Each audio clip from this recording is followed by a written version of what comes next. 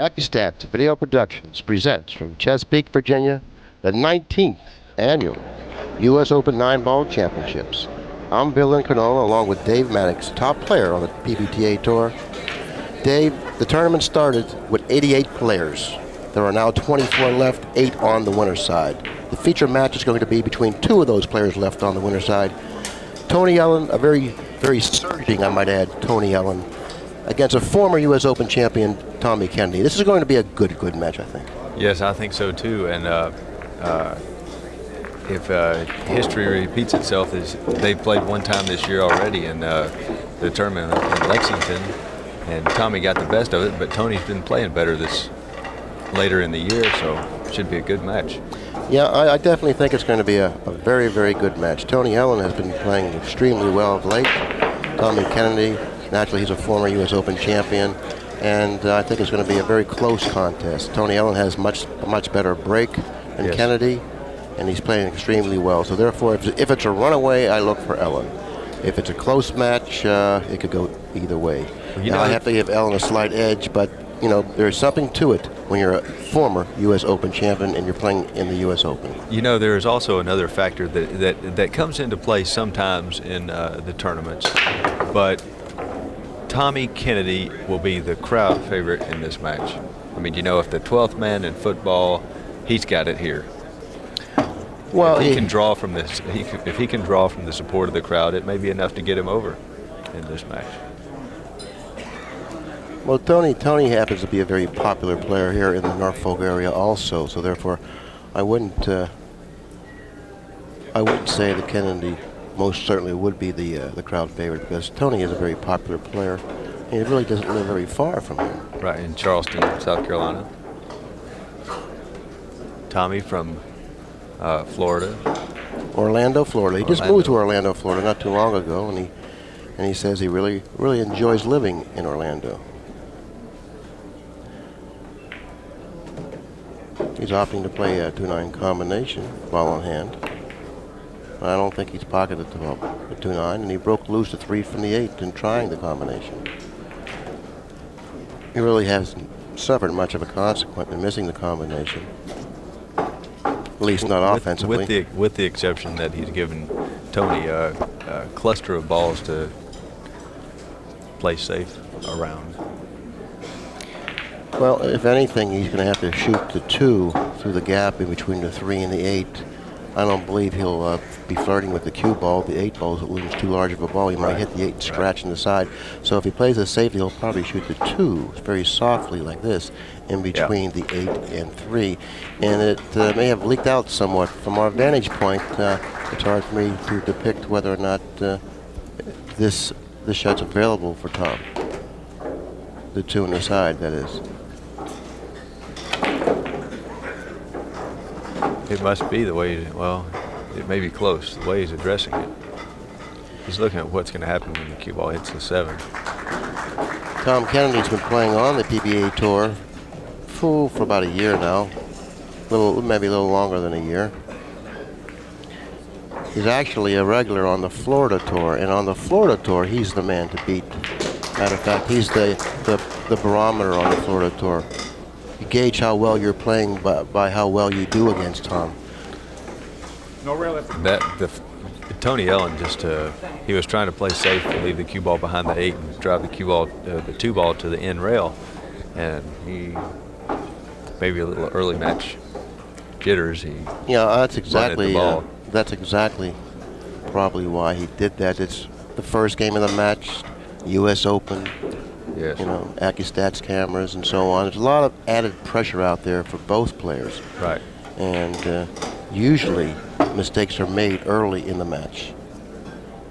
You know, you mentioned Tommy Kennedy is the man to beat on the Florida Tour. The Florida Tour is a very strong tour with Mizrak and David Howard, and there are some very good players that play in those Florida Tour tournaments, and Tommy just seems at home there. He gets a lot of good tournament experience playing on that tour. Well, yeah, he certainly does, and Tommy has won a record 55 tournaments playing on the Florida Tour. He was Player of the Year 4 out of 5 years. So that's very impressive. That's a real, very impressive very credentials impressive. there that he was able to amass down there on the Florida circuit. Okay, Tony fouled, not allowing the 2-ball to hit a cushion, but obviously it really didn't come back and hurt him that badly because now he's the one that's awarded ball in hand. The balls are lying on the table very nicely now for Tony, and this is something that he really wanted to see. He wanted to get to the table. The next time he had an opportunity with a nice layout with a fairly simple shot, and that's exactly what he received.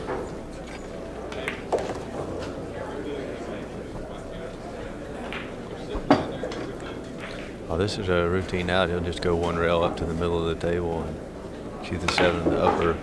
Oh, my goodness. This is early match jitters from both players. No, that wasn't early match jitters right there. That was nothing more than pure carelessness. That's all that was. There was no jitters on that shot. There was nothing, nothing to think about there but just pocket the ball and put yourself in a reasonable line for the 7. He took the 6 for granted. He played position instead of the ball. Exactly. And I might add a noteworthy point would be, Dave, no matter how simple a situation may appear, you really have to stay focused and keep strong concentration. And if you allow yourself not to keep that strong concentration, things like that happen quite frequently. Right. Well, Tony, his concentration has not been in question this year. He's played very good. Won his first tournament this year at the Sands Regency. He just lost it on that 1 shot, definitely.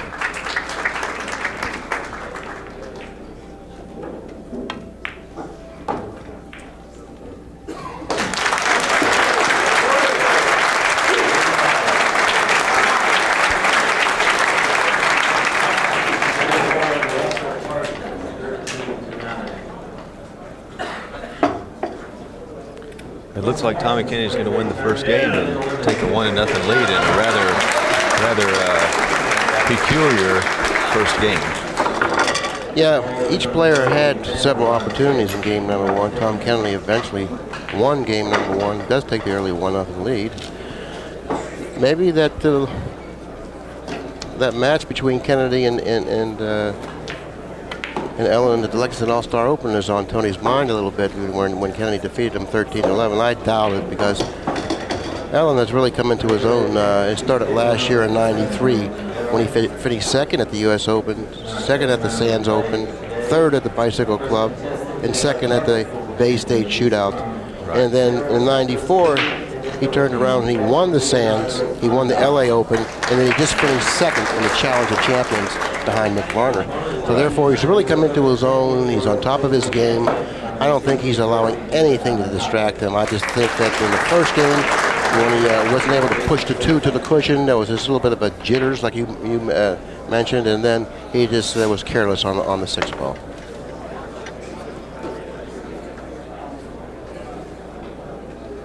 Tommy Kennedy has a good break. He's made the corner ball on the break. And it looks like he's going to end up with a good shot on the 1. And the appearance of Kennedy suggests that he couldn't break an egg. That's but that's not the case, is it? Very deceiving. You don't win 55 tournaments on the Florida Tour in humidity like down there, and conditions like down there, without really being able to break the balls. And you certainly can't win a U.S. Open championship unless you bring, a fairly decent break to the table with you. And Tom Kennedy has proven that he can definitely break the balls. He gets a lot of action. He must have extremely good timing, and he's probably very quick also. Right. Gets through the cue ball very quickly.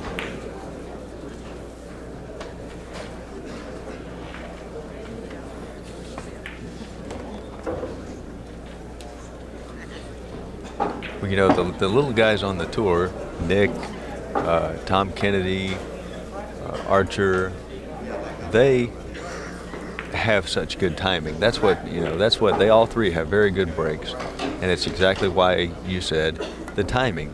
It's like timing on a golf swing. It's not power, it's just the rhythm, and they get the most out of it, definitely. Well, now Tom's confronted with a very difficult shot, playing position for the 5. That seems to be the key shot for the remainder of the rack. If he's able to attain a nice shot on the 5, the remainder of the rack should be fairly simple. First he has to clear the 6. Okay, now he's left himself fairly long a distance from the 5. He's going to have to really concentrate on this shot. This is a very, very crucial shot. Yes. But the good thing is he doesn't have to do too much with the cue ball. Just concentration mostly on pocketing the 5. The cue ball is going to be back in the middle of the table and good spot on the 6. Well, he had to go a long way before contacting the 5, and then he had to put backspin on the cue ball. On that particular shot, you had to make sure that the backspin that you put on the cue ball was still in effect when it hit the 5. Right. So therefore, speed was very important, and it was a fairly difficult shot. Yes. In that regard. He's like to go across the table and play the 8 in the upper left-hand corner. If he gets it looks like he's falling in line to get on the 9, play it in the lower left-hand corner. So in this particular rack, there was a lot of work in this particular rack. Yes. And he seemed to have managed quite well, which is an indication that he's starting to settle down a little bit, and he's the first player, to run through like a rack and a half, and he's starting to get the feel of the stroke, get the feel of the speed of the table. So therefore, it's very, very important to be the first player, to familiarize yourself with the table and the speed and your stroke and how well you're seeing balls, and because as you play, you make alterations, or I should say adjustments. Yes, right. You make adjustments. And it's important to be the first one to make the adjustments. Well, the last 2 innings that Tony had at the table, he bunted the 2 ball not to the rail and missed the 6. And Tony, meanwhile, has run out and broken and run out. So, definitely what you're saying comes into play. He makes the 1 in the side. He didn't make the corner ball, but if the 3 helps him out, I believe he's going to have to play a safety here, and possibly, if he can hit the left-hand side of the 2, he'll try to drop behind the 9.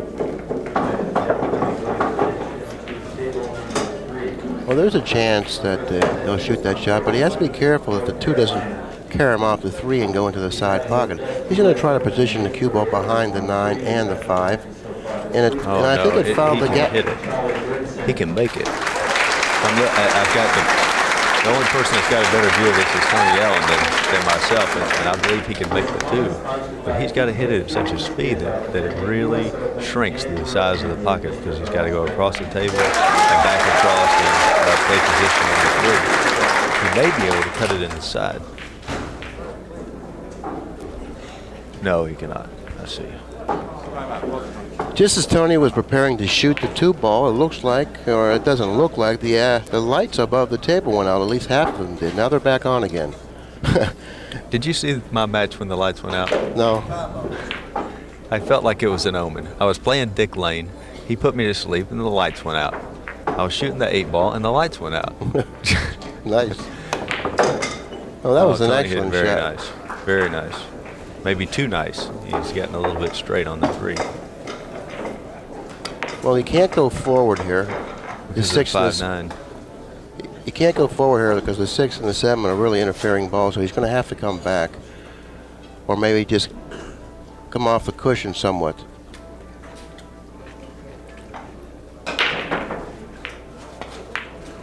All right, like so. He's just accepted a difficult shot on the 4.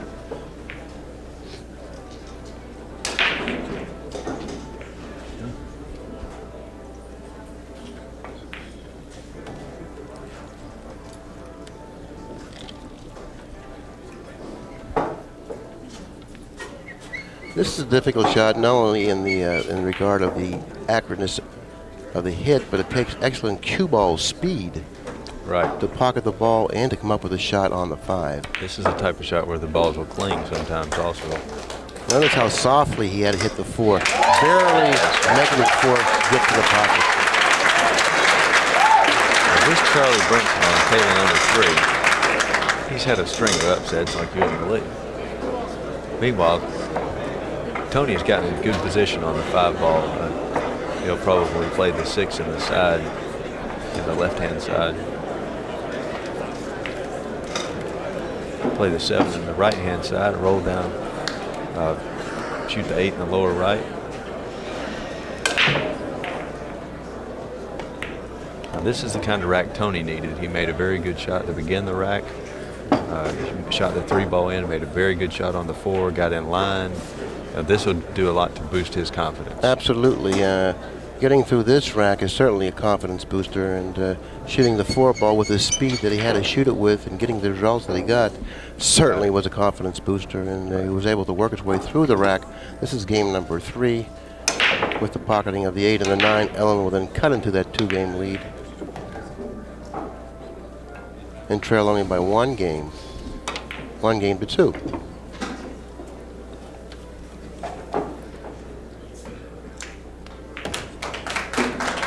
Now we get to see the mighty Hurricane Tony Ellin break. He gets a lot of action on the balls and a lot of action on himself in his cue, and wields it like a saber after he hits the cue ball.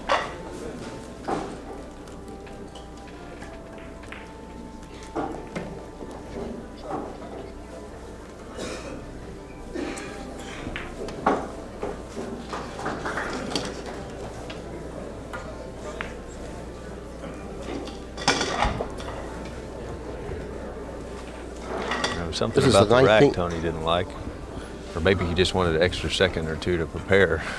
There may not have been nothing wrong with the rack. He just wanted to gather himself a little before he hit the balls. This is the 19th annual U.S. Open Championships, sponsored by Q-Master Billiards and Brunswick Billiards. This tournament seems to get better and better. You know, Barry Berman does such a great job. The staff from Q-Master Billiards, we really appreciate what they do. They do a fine job. Matter of fact, now this is. It looks like the 5. Does the 5 pass the 8? Can you tell, Billy? I don't know. From my vantage point, I really can't tell whether it can pass the 8 or not. I know it's pretty close. It may have a pocket. It may have a pocket. I would think that if you get absolutely perfect on the 5, that you can hit it roughly and it'll find the pocket, but you have to get very good on the 5 to be able to execute the shot. So he's looking at the other end, which it does go past the 6 up the other end of the table, but to attain position for that pocket is much more difficult. So he's opting to go the other route, where the pocket is much smaller, but the position is much easier. Now, if he's able to pocket the 5 in this fashion, he'll be right in line for the remainder of the rack. And also, what he had in mind was, even if he didn't pocket the 5, he would leave 10 of these hooks behind the 6. The way he shot it leads me to believe that he wasn't really trying to make the 5 at all. The way he shot it, yeah, I agree with that. I mean, you know, he knew that it was just cinch safety, difficult shot.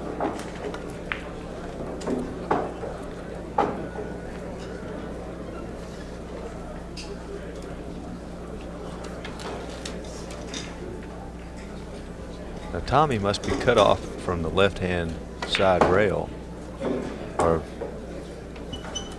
well, not that he's cut off from the left-hand side rail, but the 9 precludes him from going two cushions underneath the 5. And to go straight into the 5 is very risky, because it looks like, from my vantage point, that the 5 is fairly close to the corner pocket, and even if he was able to hit the bottom part of the 5, chances are he may scratch into the lower right corner pocket. But that's probably the easiest way to hit the 5. Right. If the 9 wasn't there, he can go 2 cushions beneath the 5 and then end up with a fairly nice safety out of it.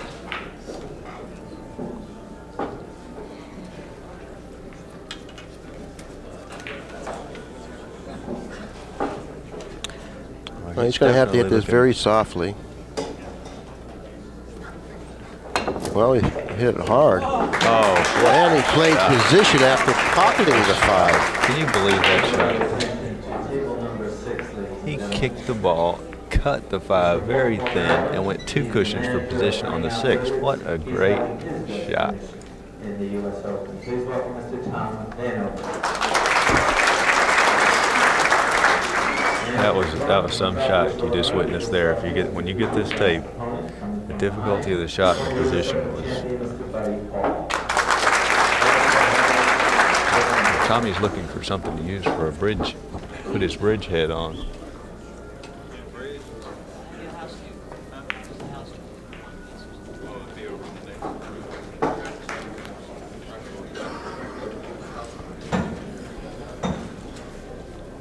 Now we're gonna be just a minute because Tommy's gonna have to get a cue to, he's gonna Spinelli bridge. He's gonna put on a house cue to shoot the 6 ball. So it's gonna be just a minute before he does that. We can update you on some scores of the matches that are going on right now. Dick Lane is behind 2 games to 1 to Jose Perica. And Kim Davenport has taken a 4-1 lead over Nick Varner. Charlie Brinson, one of the surprises of the tournament, is leading the mighty Earl 2 games to 1.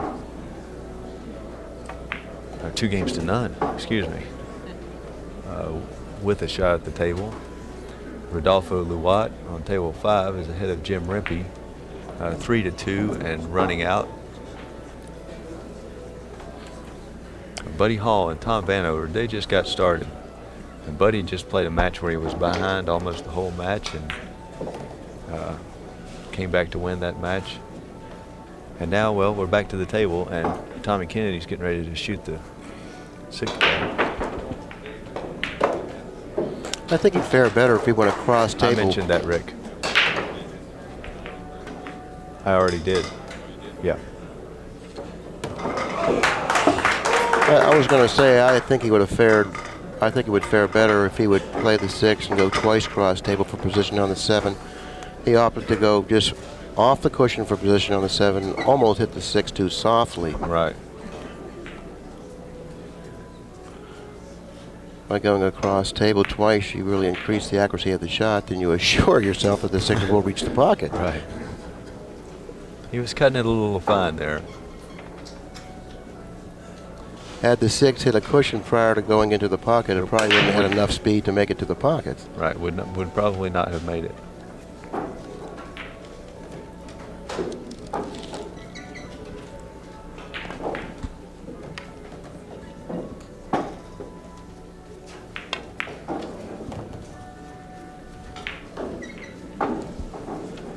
One more match that's going on, and I'll give you the score, was Andam is leading 3 games to 1 over Alan Hopkins. So you can bring us up to the date on the score on this match, Billy. Well, Tom Kennedy in preparation to shoot to 9. This is game number 4. Kennedy now leads in the match 3 games to 1. After a tremendous shot on the 5 ball, that shot was just off the scale.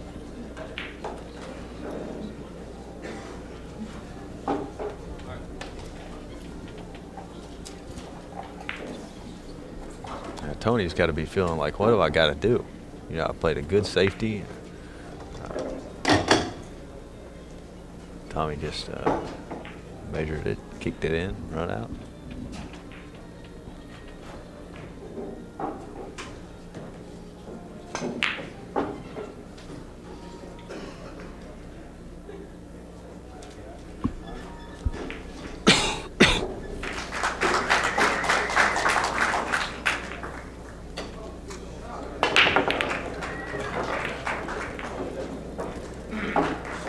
He didn't hit those exactly as square as he normally does, and he's left Tony connect the dots out. Yeah, it looks like the balls are laying really nicely on the table. Very nice. Nothing tied up. The 6, 7, and 8 are very nice. The 5, 6, 7, and 8 are very nice. It's the 1 in the corner in front of him. Position on the 2 in either the side, or it looks like he's going to play position for the 2 in the side. He's hit it rather hard. Now he's gotten a little bit out of line on the first shot. Yeah, that's you don't start off with shots like that very often, and you really need to do better than this. Now right away, the key shot of the rack now is the 2 ball. Right.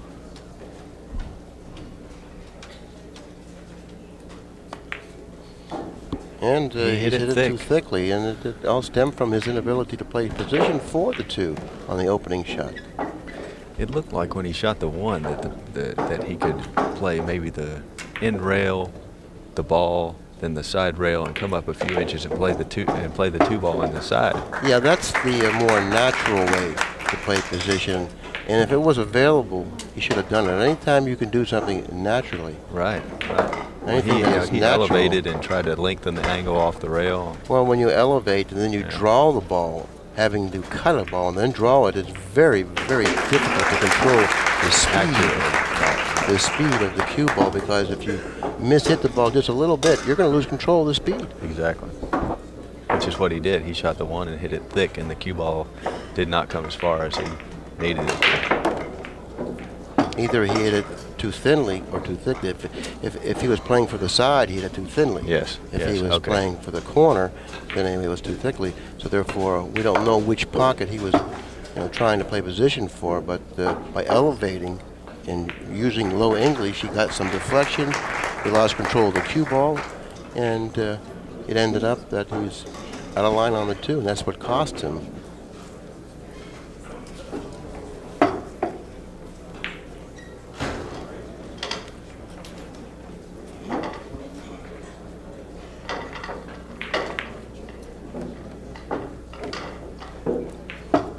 And Tommy looks like he's playing very relaxed and very focused. He looks very focused. Not much facial expression. He's a lot of times he's fist pumping and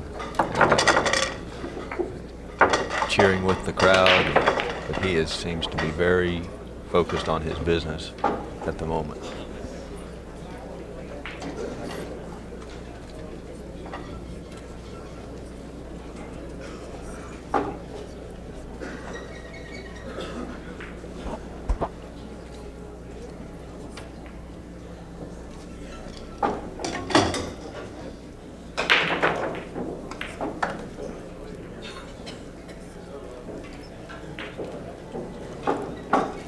He's changed positions on the break. He was breaking from the side. He's breaking from out in the table.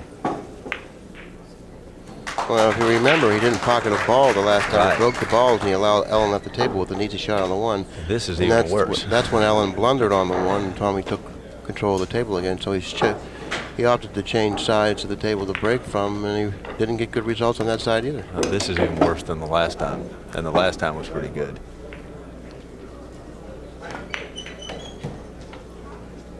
I would be very, very surprised if Tony doesn't get out here.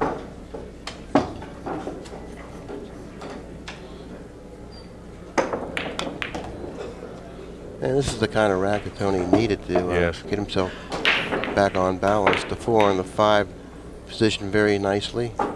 All he needs to do is come off the cushion, and then the 6 ball is by his bridge hand. So therefore, he really doesn't have to have much cue ball movement from the 4 or 5 to the 6, and that's always helpful. Now from the 6 to the 7, he can opt to either draw the ball back 3, 4, 5 inches, play the 7 in the corner. I think that's what he's going to end up doing.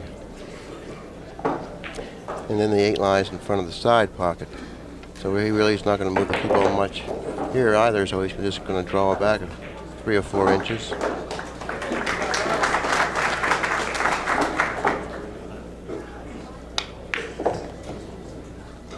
Well, he may play the 7 in the side. Yeah, well, he hit the right side of the 6 and played shape with the 7 in the side.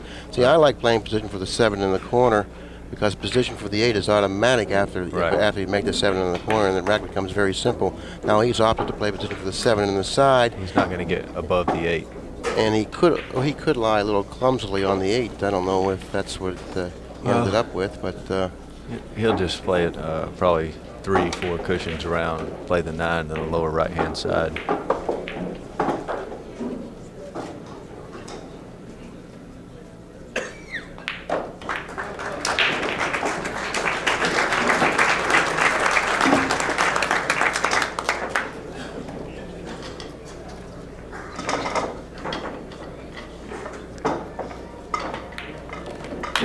Game number 6 goes to Ellin, who cuts into that 3-game lead, now trailing only by 2 games to 4. Well, like you say, Tony really needed an out like that. He really needed to hit some balls and not have to do anything.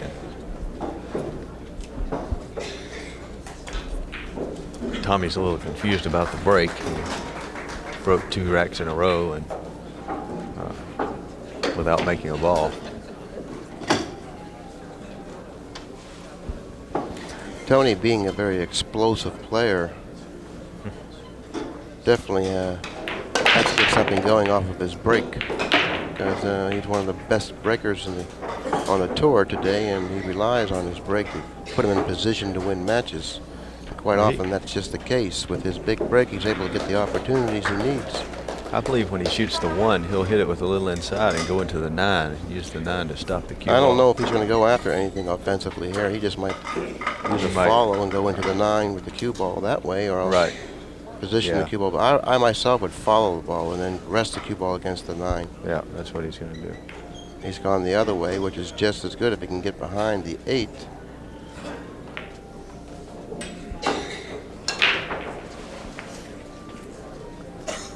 Well, there are balls that when Tommy kicks here,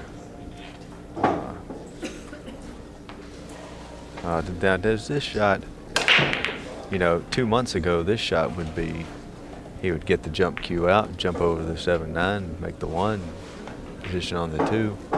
No more jump cues. I know, at least not for this tournament. I think they're having a debate on the jump cue. They're actually coming up with specifications on what they will allow the players to use as a jump cue. And Tommy failing to hit the 1 ball. Tony gets awarded for his safe play, or his hook.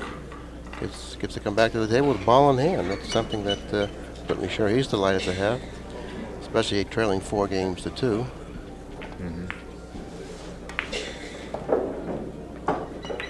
He's going to play a little 1 pocket, play the 2 in the same pocket. I believe he'll probably play the 3 in the right-hand side. Just keep an angle to go up table for the 4.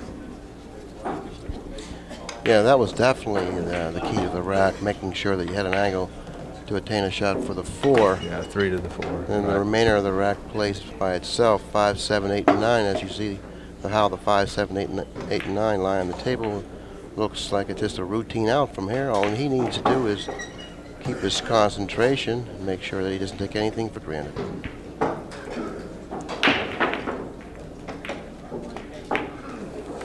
Well, while Tony didn't break and run out, he broke and kept control of the game, and that's the name of the game.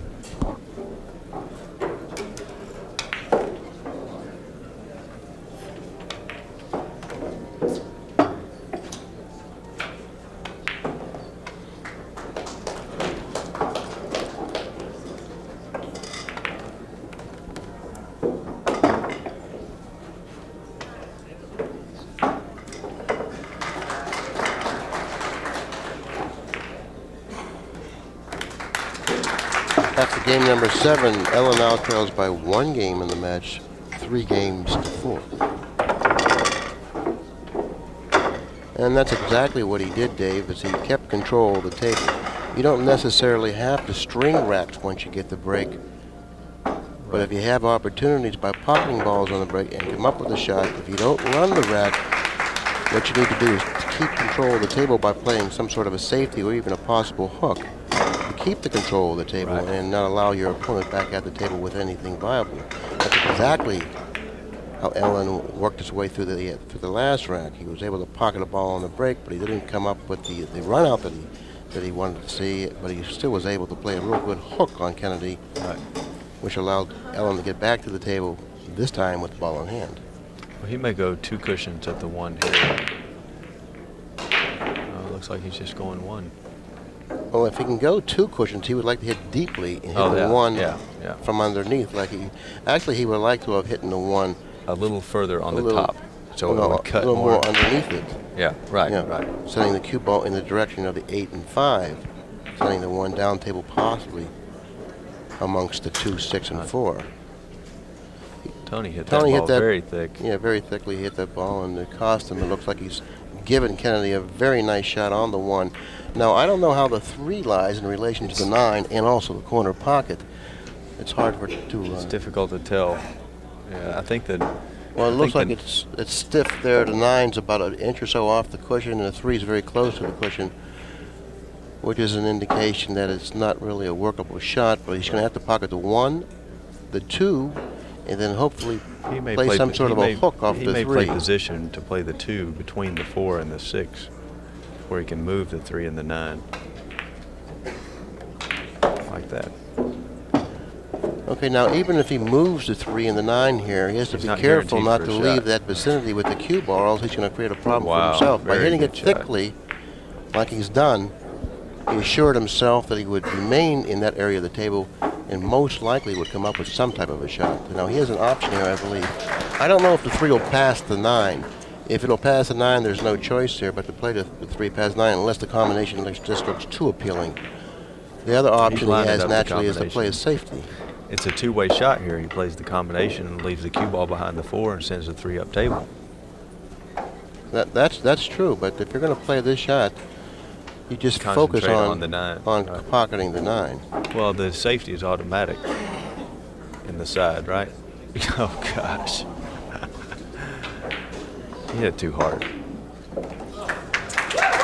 No, he just mishit it. It wasn't that he hit it too hard because he had a back cut the 3. Notice how thinly he had to hit the 3. He wasn't even able to hold the cue ball behind the 4. That's how thin it hit. And he still didn't hit the 3 good enough to get the results that he wanted. So therefore, that's what I was speaking about when I said that you have to really put all your concentration in pocketing the combination if you're going to choose to shoot that shot, and just totally disregard the safety part of the shot. Game number 8.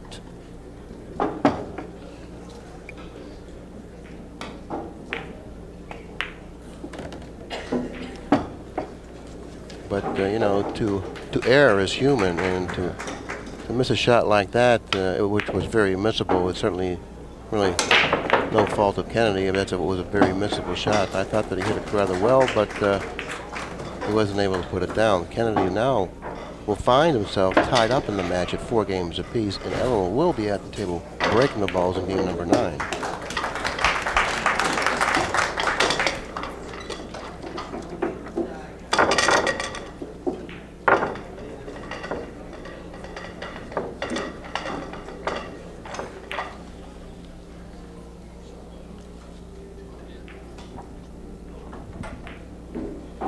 Nick Varner really has his hands full in his match between Kim Davenport. Davenport leads 6 games to 2. Nick is breaking. It's a redeeming thing. Tony's broken the balls and got snookered behind the 5. He'll have to push out here.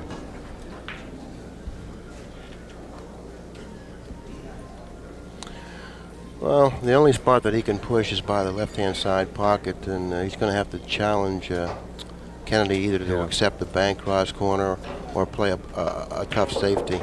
Yeah.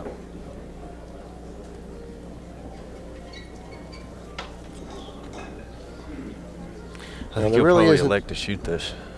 There really isn't a good safety here unless he can hit the left side of the 1. If he can hit the left side of the 1, then... But he has to hit the 1 very full. Then he can position the cue ball behind the 7, but it's a very, very difficult shot. Coming off the right side of the 1, the 5 ball becomes a very big ball because there's no guarantee he can pass the 5 safely. Right. If he happens to run into the 5 with the cue ball, he's going to give up some type of a shot. So therefore, there really isn't an easy safety here, but he does have a bank, I believe, cross corner. I don't know if he's going to opt to shoot that bank. Of course, he doesn't want to, because it's not a high percentage shot. So therefore, Ellin did his job in electing to push out to this position because Kennedy really is undecided what he wants to do. He was able to clear the 5, go through the 2 and the 8, and finally rest the cue ball near the bottom cushion. Behind the 6. He really got good results with that particular shot. Yeah, he sure did. Well, the only place Tony's lining up like he can shoot straight at it. Well, he can shoot straight at it, but I don't think he can do very much with it. Wow.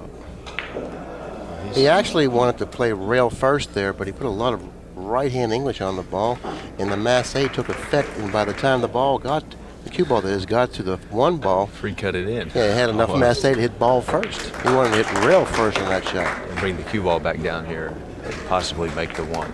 Yeah, but Kennedy just executed a very difficult shot and hit it perfectly.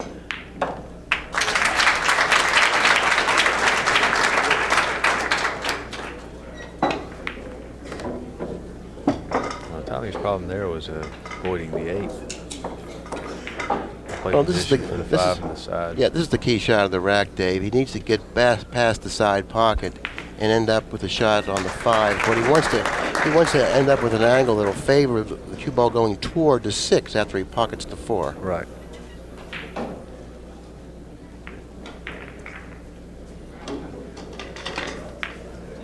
Oh, he just overcut it. Now, once again, I think the reason he missed that shot was because he was playing position for the 5 opposed to keeping his Pocketing the concentration on pocketing the 4. He wanted to make sure that he got the angle that he needed to get on the 5 to drop nicely for the 6, and all his concentration obviously went on that part of the shot and not enough on pocketing the ball. Tony's going to cut the 4 in and go up and down. He hit it too thickly, and he's really unhappy with himself. At least the expression on his face indicates that he's very unhappy with that particular shot.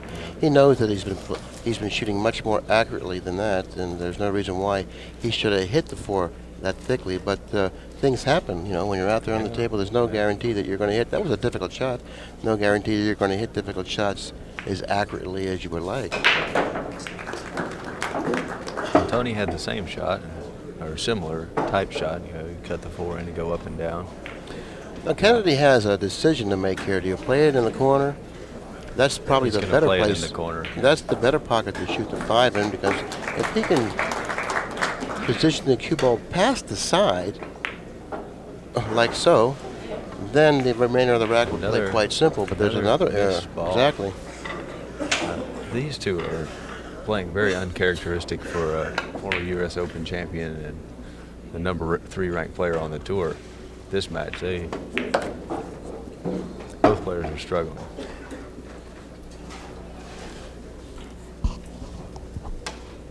What do you think's going through their minds? The reason that they're playing like this, is it just the pressure of the situation, or?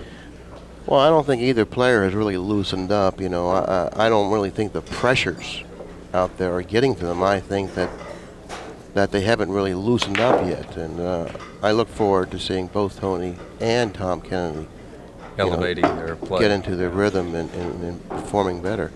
But I don't think there's anything wrong with the way they've been playing. I mean, they just made a few errors, that's all. But they haven't really reached the pinnacle of the top of their speed yet. And once we see them do that, then we'll see some world-class 9-ball out there. Not that we haven't up to this point, but they really aren't playing as smoothly as they would like.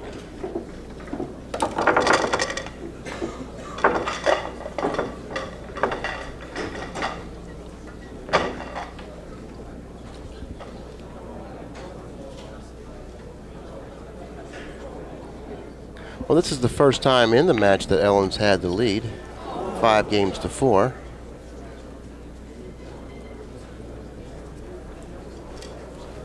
Yeah, Tony had an early 4-1 lead, wasn't it? Yeah.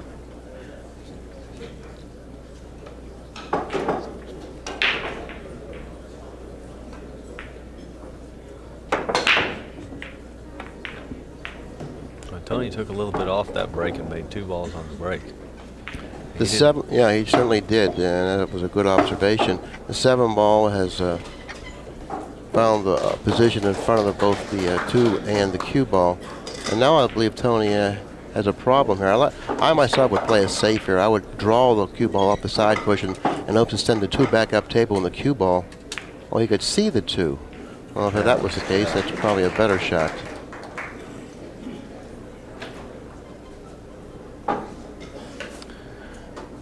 It's difficult to tell if the 3 goes in the right-hand side.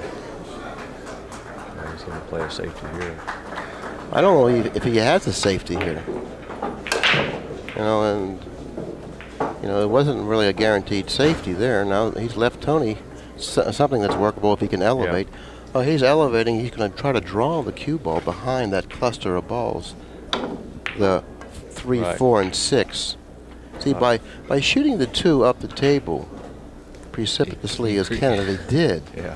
okay, he allowed Ellin back at the table with a very viable Right. situation. Right. And I thought that he should have been a little more careful with the safety that he played, considering that the return shot would may have hurt him. That was a very nice shot. And he found the corner pocket with it. In the meantime, the 3 and the 4 are separated now. There is a pocket for the 3, the upper right-hand corner pocket. With ball in hand, this rack is now quite simple. Tony needs to keep strong concentration now. And he can extend his lead by 2 games in the match if he's able to do that. So the missed opportunities. He didn't get off the rail enough here.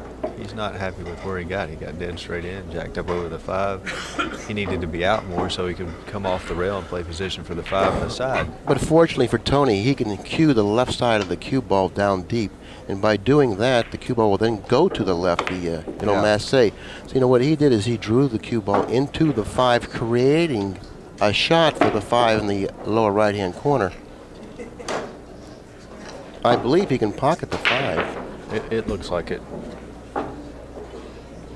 But on the shot that he had, if he would have put left-hand English on the cue ball and drawn it back, he jumped when he shot that shot. By the way, the English would have then. He's gotten fortunate that the cue ball didn't stop over the side.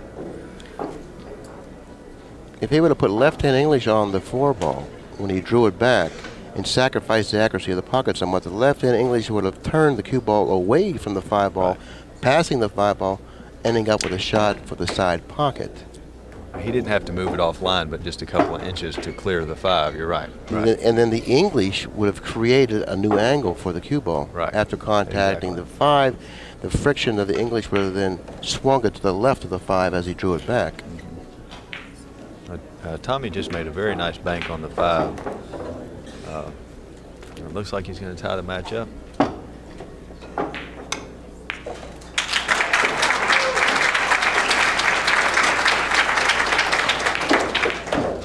I don't know, if he brushes the 9, he's going to have a problem.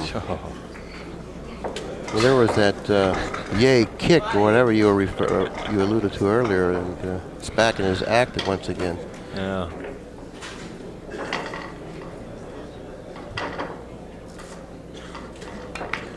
Well, after game number 10, the match is tied up 5 games apiece, and I think that they've been, giving one another favors. One returns the favor in this game, and the next game the other player returns the favor. So therefore, they've had opportunities to do well with them, but apparently they haven't. But the match is still tied up, and I look forward to an exciting match and a close one. Varner trails Davenport 3 games to 7. Brika ahead of Lane 5-3, and a real surprise on table number 3 in a match between Earl Strickland, the number 1 player in the world, against Charlie Brinson, a relatively unknown player. Strickland trails in that match 3 games to 5. Luot's ahead of Rimpey 7 games to 3. Hall and Vanover are all knotted up at 3 apiece, and Alan Hopkins and Ondom, though that score is 4 games to 5. In favor of Ondom. Tommy's shaking his head. He said, I make the corner ball, and I made the 1 in the side, and I don't end up with a shot. What, he's... He did his part, and the balls just didn't cooperate this time. Good job.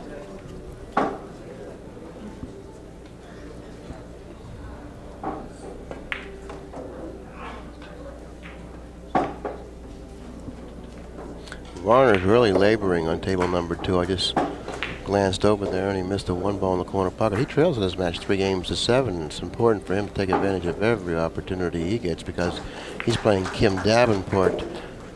And Kim Davenport certainly has the credentials to defeat any player in the world. Varner realizing that. The one thing that he did was move Kim Snicker. Yeah, but Kim's having to kick. It's a relatively easy kick, and he doesn't have to do anything for position for the 2 on the 2-4 combination. Tony has elected to pass the push back to Tommy Kennedy here. He didn't like his options of playing safe. I think Tommy's going to cut the 2 ball to the left-hand side rail and back to the rail and bring the cue ball 2 cushions possibly behind the 9. Oh, he hit the 7 right. Yeah, well, that was the reason why Tony didn't accept the shot. Right, difficulty. He realized that there was a possibility of hitting the 2 ball thinly enough to miss the 7 off of the bottom cushion, Right. but that particular shot was very difficult. So he figured if Kennedy could execute that shot, then he deserves to come away with a good situation.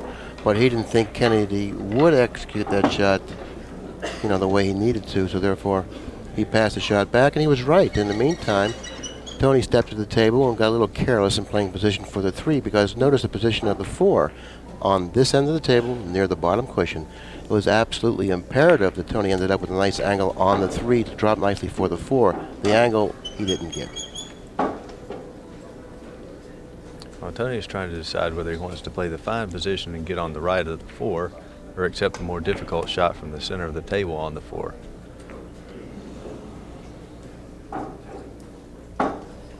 He's definitely got the stroke to get there if that's what he decides to do.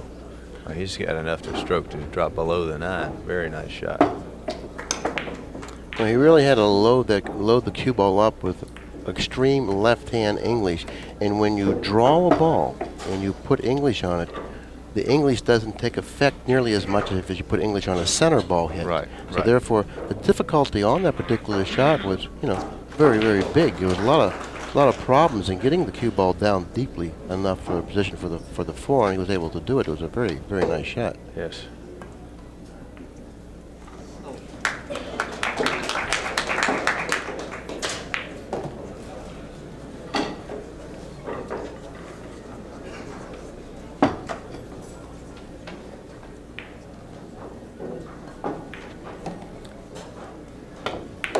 Well, it's a shoot and stop out now, and looks like Tony's going to take the lead.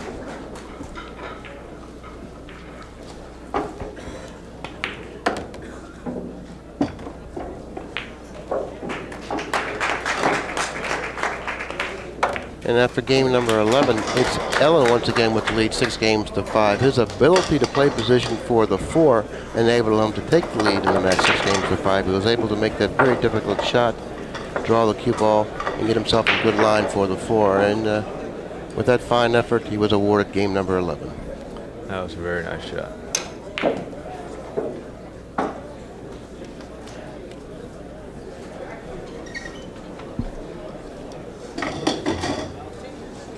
I think he's going to probably lay into this break a little more than the last one.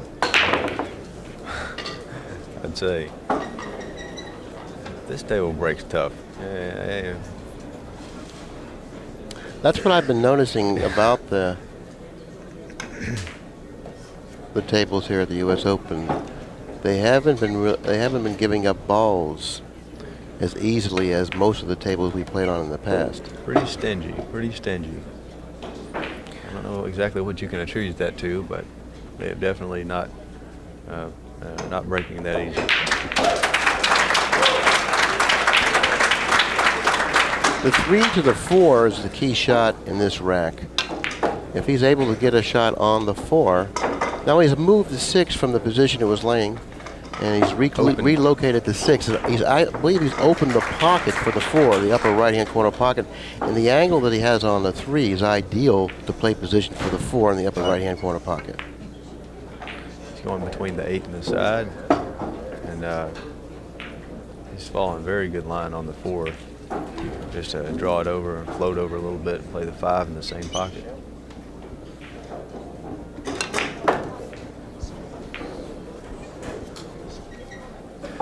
He's probably going to play the 6 in the same pocket.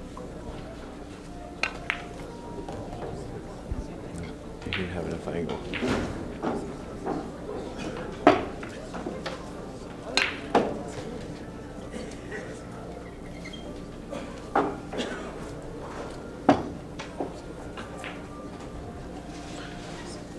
Well, Tony didn't do anything wrong except not make anything on the break. Yeah, that's what he did wrong. I mean, you know, he hit the balls very square. The cue ball squatted right in the middle of the table. No balls on the break until Tom Kennedy runs out.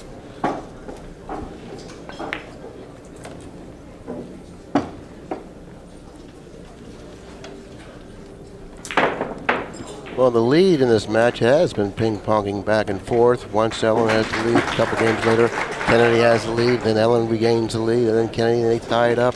So therefore, in that regard, the match has been really exciting. It's been, you know, nip and tuck the entire way. Charlie Brenson ahead of Earl Strickland 6-4 on the adjacent table. And where everyone in the room is waiting for Strickland to explode. And Mr. Brenson has diffused him somewhat. At least. At this point. Yeah.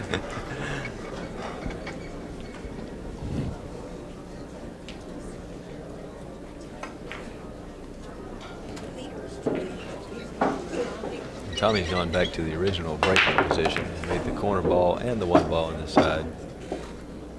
And the point caught the cue ball. He has a very difficult shot on the 2 from out of the pocket. Yeah, it looks like that the angle that he has suggests to me that possibly after pocketing the 2, if he just happens to hit it with, you know, a natural ball, like a center ball, the cue ball will go in the direction of the 3. Because you elevate on this shot, you really increase the difficulty of the shot tremendously. So therefore, what he really wants to do is just pocket this ball. The cue ball may go underneath the 3s, and if he's able to do that, he either can play a safety off the 3, or maybe even have a shot for the 3 in the left-hand corner. But he wants to make sure that he pockets the 2, and it's not an easy shot, so therefore if I were he, I would definitely not elevate. He's going about halfway.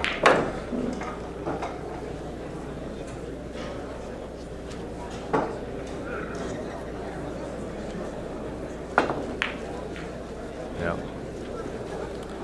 Well, he gambled there, knowing that if he was able to pocket the 2, he would end up with some kind of a shot on the 3, but creating a little more problems, you know, in terms of accuracy on the shot by elevating. He missed the shot. He was fortunate in the lead. Well, I don't know. Well, that was an excellent shot. Had he hit the 2 a little thicker, there was a good chance nothing would have hit a rail, but that wasn't the case. He did hit the 2 ball thinly enough to send the 2 and also the cue ball to a cushion. So Tommy may elect to tie the ball up here. Yeah, that's a good choice. And bump what you alluded to earlier in the telecast about keeping control of the table, that's what Tommy was guilty of when he opted to elevate. By elevating, you lose control of the table more often than you would stay in control of the table, because now the shot becomes a low percentage shot. Well, now Tony's going to try to go 1 or 2 cushions behind the 9, skim the 2, free up the 2 and the 6. Well, he can't get behind the 9. He can get behind the 4 on this shot. Well, if he can hit that rail, he can get behind the 9. I didn't think he could hit that rail, but he's hit it perfectly, just like he said, behind the 9. He opened up the 2 and the 6.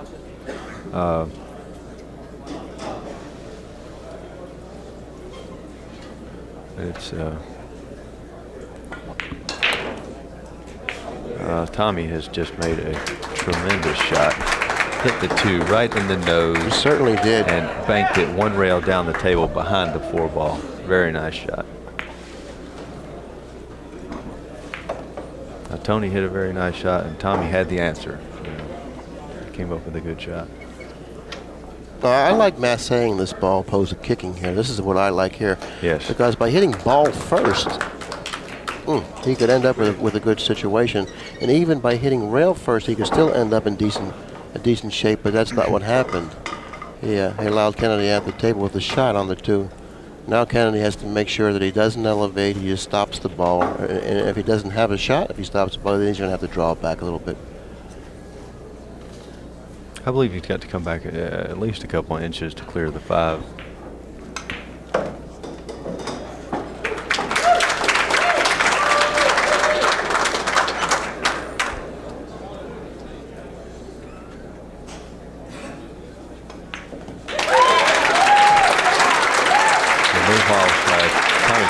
Waiting for Charlie Benson to shoot the 9 ball. It's taken an 8-game-to-4 lead over Earl Strickland.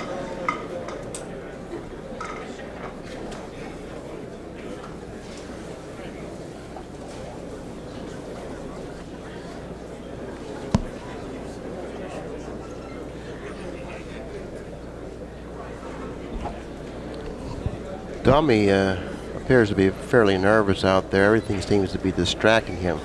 Jim Rimpey's presence on the next table has distracted him 2 or 3 times in preparation to shoot the 2. He wasn't able to pull it back, so he got up off the shot several times now. He seems very, very uncomfortable with this shot. He doesn't want to shoot this shot, but this is a necessitating situation wherever he has to shoot.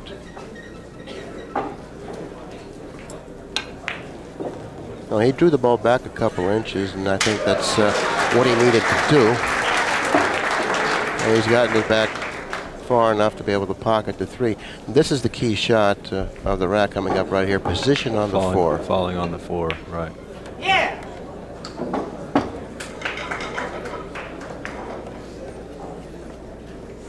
He made use of all 4 5/8 inches of that pocket. If he could position the cue ball in the vicinity of where the 4 is now, it would be, you know, very acceptable for him, and that's, I think, the angle that he would like to end up with. That's what he just looked at. He doesn't want to have the angle where the angle suggests that if he draws it, it goes into the side. That's the wrong angle to have. He wants to end up with the angle that he could either follow or draw, giving himself an option. And now he can follow. There's 2 cushions for position for the 6.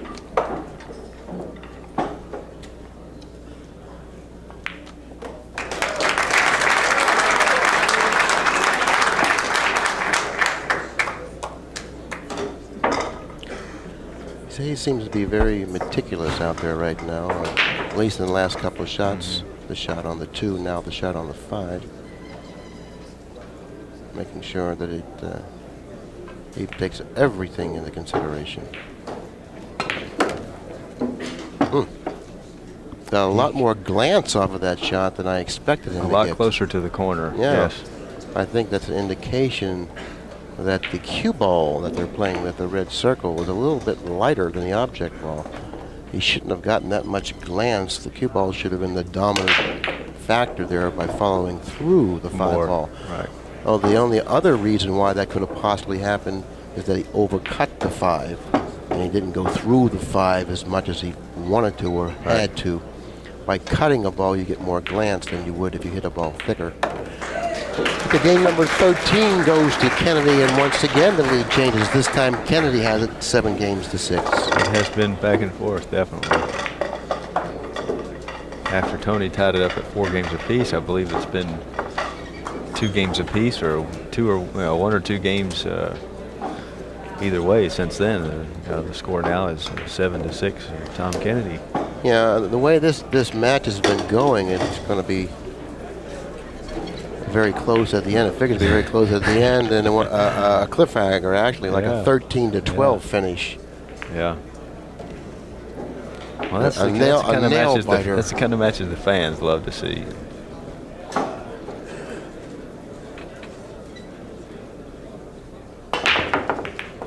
Okay, nothing yet.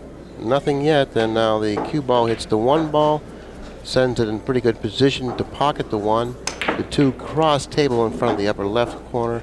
The 3 cross table in front of the upper right corner. The 4 ball, very quickly, I see, is the key ball to fall on. How he's going to deal with this problem, I don't know. We'll have to wait and find out. I think on the shot he just shot on the 1, he was trying to get further over so he could go to the cushion and maybe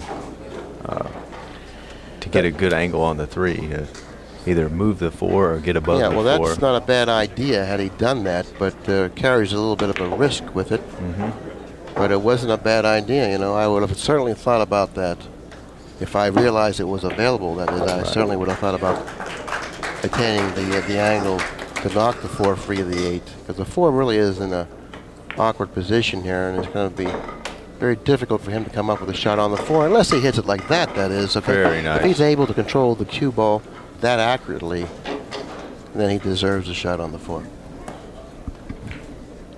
What you got?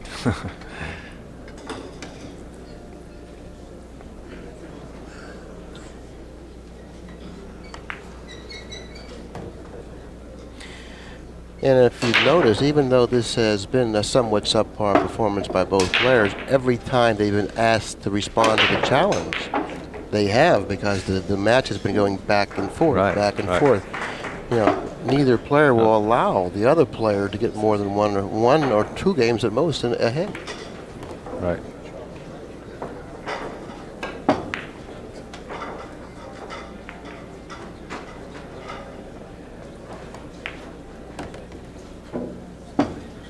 He's got an angle to go. Now this angle is a very, very dangerous angle, and the reason I say that is because in order to pocket the 8 and control the cue ball for the 9, he's going to have to hit it very hard, and by hitting this shot hard, the size of the pocket is then reduced. So therefore he has to hit this particular shot very clean. So now he was afraid to hit it hard, and he wasn't able to get the cue ball back in position to pocket the 9. He needed to be about 1 inch further to the left when he shot the 7. You know, 1 inch further to the left, and allowed him to go to the cushion and back out for position on the 9.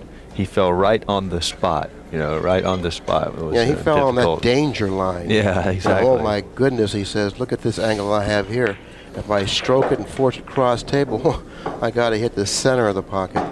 So he took a little bit off of his stroke. It cost him in terms of playing good position for the 9. Now he's opted to play a safety, 2 cushions up table, leaving Kennedy a long bank straight back. I don't know how adept Kennedy is at his We're banking ready game, to find out. He's going to have to be a pretty good banker to come with this shot. We'll see if But he has he's his just- teller 2 card with it. Yeah, well, he's just glad he's at the tables with an opportunity to shoot Absolutely. the 9. That's exactly right.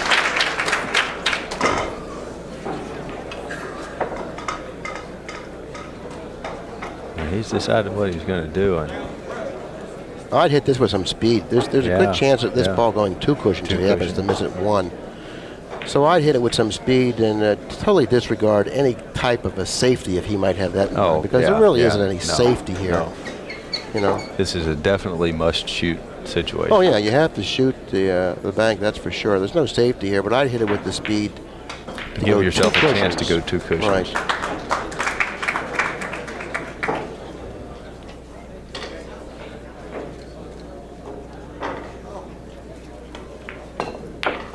Now that might go on the side. Or 4 cushions. You know, I think he actually played that. I think he actually played it 3 in the side, because that's what there's a built-in 4 safety with that. 4 that shot. safety. 4 rail safety, 3 rails in the side. Yeah, there's a built-in safety with that right. particular shot. So therefore, he probably That was realized. pretty Yeah, good he observation. He probably realized that the percentages of him walking away from the table in a good situation was to play it in that fashion, and there was a good chance he would pocket the ball on the side too. He didn't leave a hanger either. Yeah, no, he didn't. See, that way he could create distance in between both the cue ball Right. and the 9 ball. Possibly leaving Tony the same shot he just had, Yeah. going the other way. Yeah, end rail to end rail. So I've often seen players play that shot that way.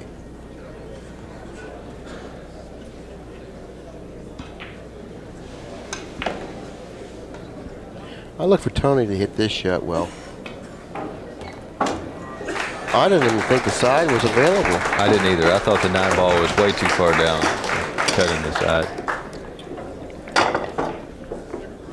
Okay, after game number 14, this is about the halfway point of the match. I think Ellin may decide to take a break here, but no, he's not. He's asking for another rag. He needs a stamp rag or No, he needs a dry rag. Oh, I see he's wringing the one he has out over there. The big puddle in the floor. Yeah, Tony sweats a lot when he plays, and he happens to go through at least 1 or 2 towels in every one of his matches. And this is a type of a match where he's probably going to do it a little more 3 or 4 sweating than in most matches. It's a 3 or 4 towel match. You know, this looks a little deceiving, but it looks pretty good. He cuts the one in, got a pretty good natural position for the 2 in the side. He'll hit it with the low left, soft spin it. And he hit it too full. Wow.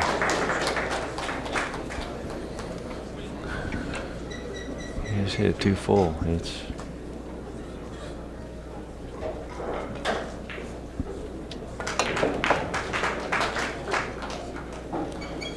Tommy again is just glad to be at the table with the easy shot on the 1. I like, well, that's not a bad angle to end up with. That's not a bad angle at all. I like the middle of the table angle near the foot spot. Then swinging Go 2 3 cushions. No, 2 cushions.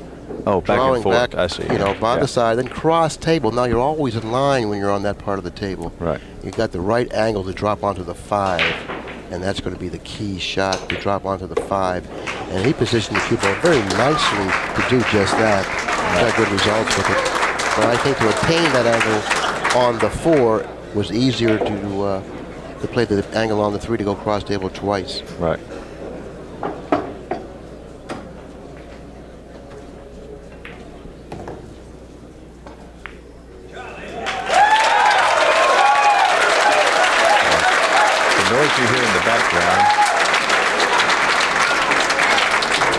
The noise you hear in the background is Charlie Brinson just took a 10-game-to-5 lead over the mighty Earl.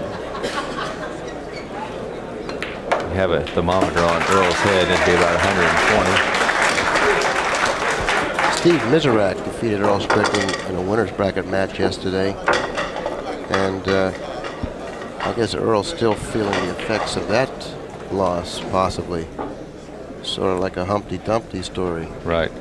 All the king's horses and all the king's men. Couldn't put Earl back together again.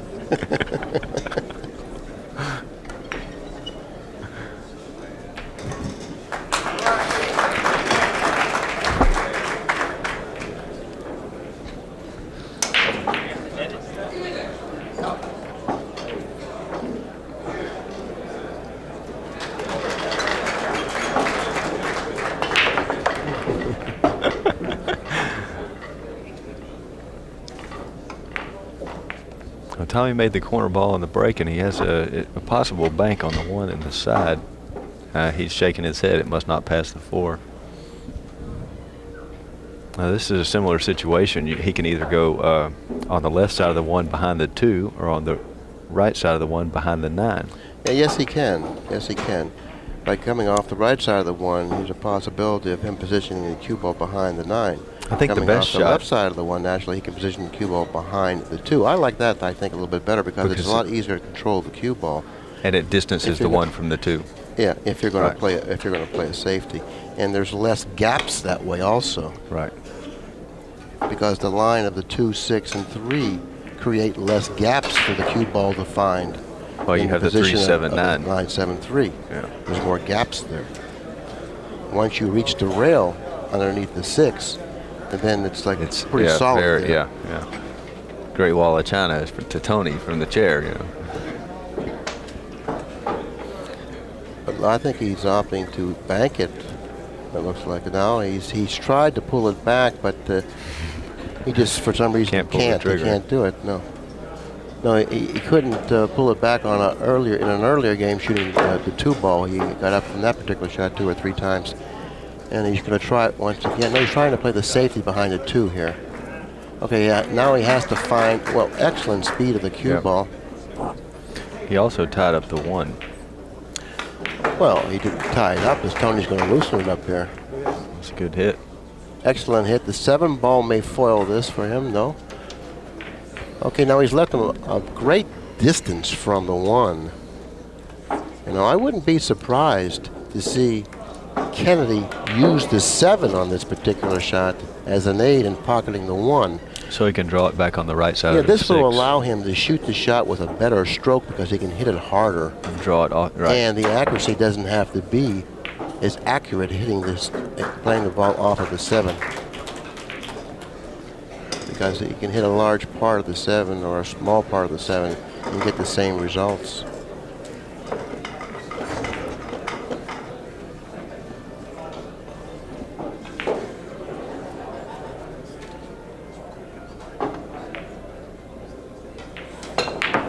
So he tried to hit it up, play it off the 7 because he hit it so hard. He tried to play it off the 7. He very, very narrowly missed the 7. Didn't miss it by much. Had he hit the 7, it would have gone in. Yes.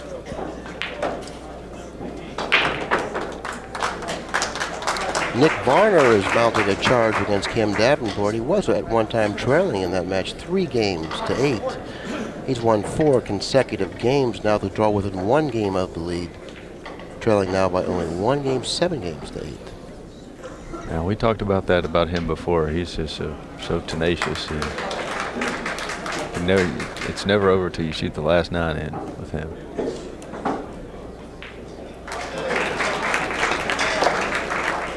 He's got to watch the 3 here. If he brushes the 3, the chances were that he may have ended up in the side pocket. Of course, that's not what happened, and I'm certainly sure he's glad that's over. Okay, now this is the key shot here, the 2 ball. He has to make sure that he hits it accurately. The 3's in front of the right-hand side or near it. Watch out, he's coming down a little bit too far. He's very close to the 3.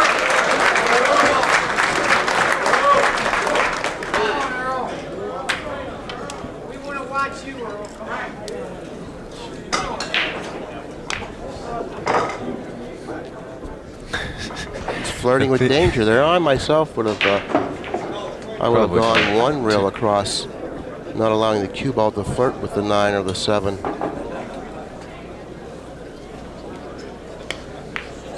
Oh, well, he jumped on that shot, lost all the concentration that he needed to pocket that ball.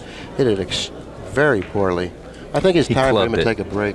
He clubbed it. That's all there is to it. He just clubbed it. He just took a break just now. He realized how poorly he hit that shot, so he definitely needs to take a break after that attempt. Yes.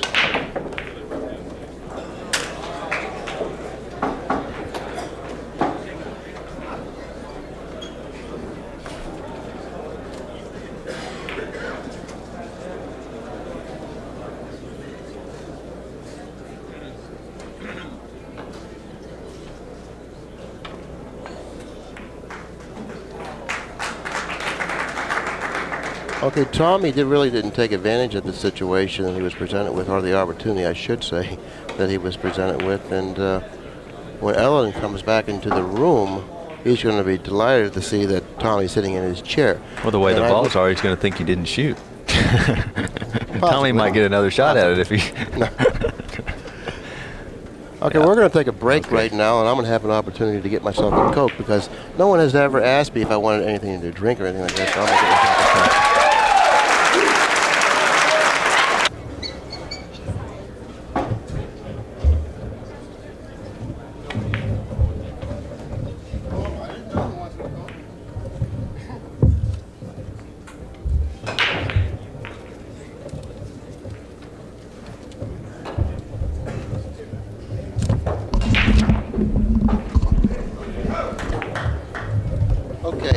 Anyways, I'm back here in the booth. I went to get a Coke, and by the time I got back here, Ellin had already shot the 4 ball. Well, he didn't pocket the 4 ball. Kennedy stepped to the table and played a safety.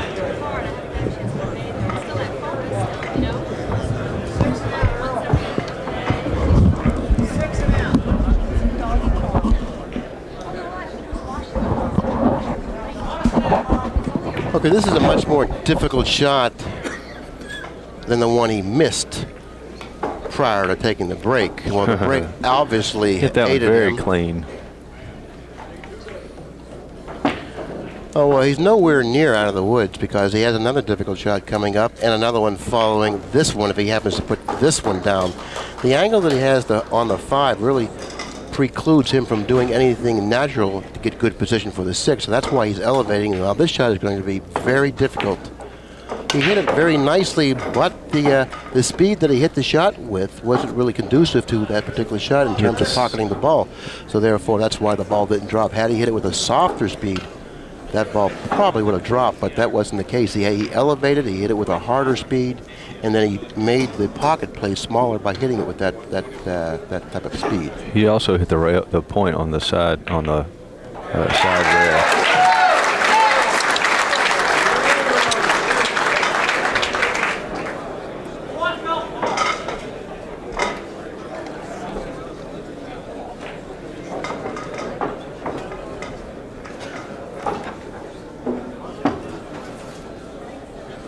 Now this is a very, very difficult shot. The angle that he has on the 6, and I have a great barely any angle, is that he would probably do best if he would just cinch the 6, or sick the 6. Sink the cinch. The 6.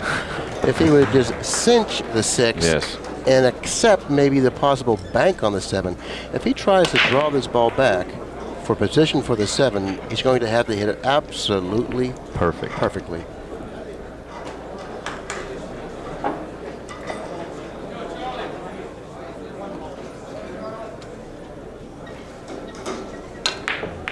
Well, it wasn't even close. He hit it sideways. You realize how much he missed that ball? By a significant margin he missed the 6. And it's because he had to hit it so hard. He really diminished the accuracy tremendously with that particular shot.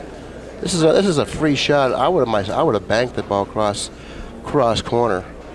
This is better. He laid though. the ball down. This is better so unless he would have nice. banked it cross corner and pocketed the ball. This is much better because he was able to put the cue ball behind the 7, and I really see the value of this particular shot now that it's over. Right.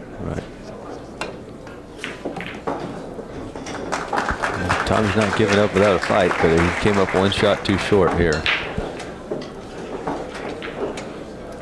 Just dropped between the 7 and the 9 to the rail, back up, played the 7 in the lower right.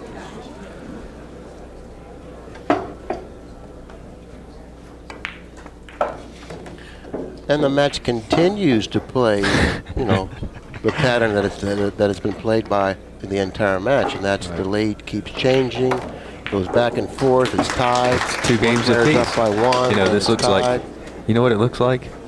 It looks like alternate the break. No, not really, but the score. You know what I mean? It's very close, and I think you'd see more matches like this.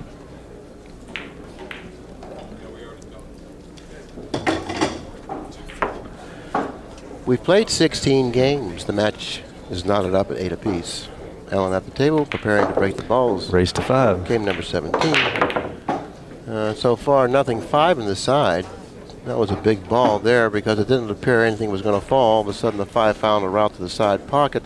The 2 ended up near the upper left-hand corner. The 3 is resting on the bottom cushion near the lower left-hand corner pocket. He has a little work from the 2 to the 3. He's close to the 1, which he can get just about any angle he wants on the 2, except perhaps go from like around where the 8's at, where he could go 1 cushion. If I were he, I would try to attain the angle dropping underneath the 2. Obviously, he couldn't do that because of the angle that he had on the 1. Because the route that if it was available from the 2 to the 3 would be underneath the 2 slightly, drawing the cue ball possibly between the 3 and the 4. Right. That way, he really doesn't run the risk of getting hooked. And he doesn't want to get hooked, not with the score being 8 apiece. Oh, and he really stroked that ball extremely well. And he really wanted to come in between the 3 and the 4. Yeah, he hit it too well. The ball hit the cushion and went straight down the table.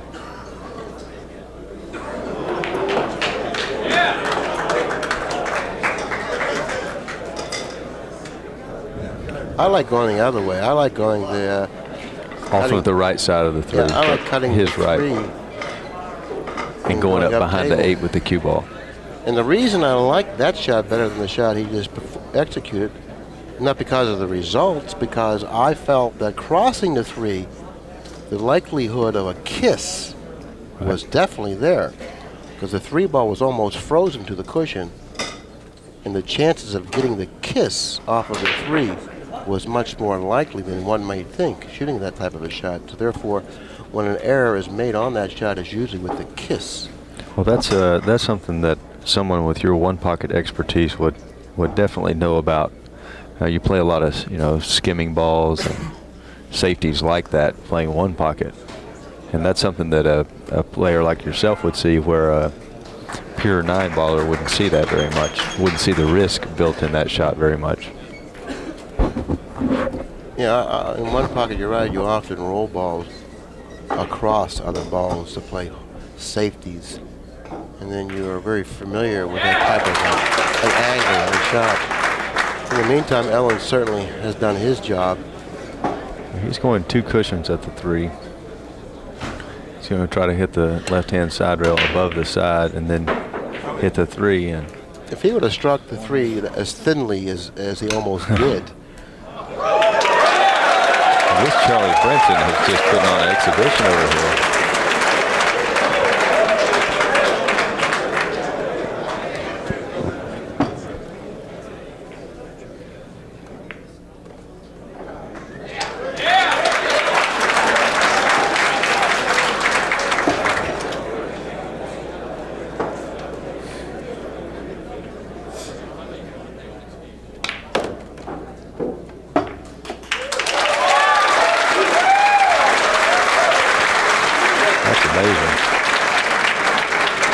Brinson now has won his 12th game of the match and leads Earl Strickland 12 games to 8. Tony missed a golden opportunity to take the lead against Kennedy 9 games to 8. And I don't know what happened. He probably just took his eye off the ball. He was very close to the 7, had a very good angle. The 7 was close to the pocket. Very uncharacteristic miss. He's waiting for Tony to go back to his chair. It's hard to concentrate. It's like last time. Thank you for the coffee, Billy. Appreciate that. $1.25. Yeah, well, I know they did charge you an ACCUSTATS man of your stature.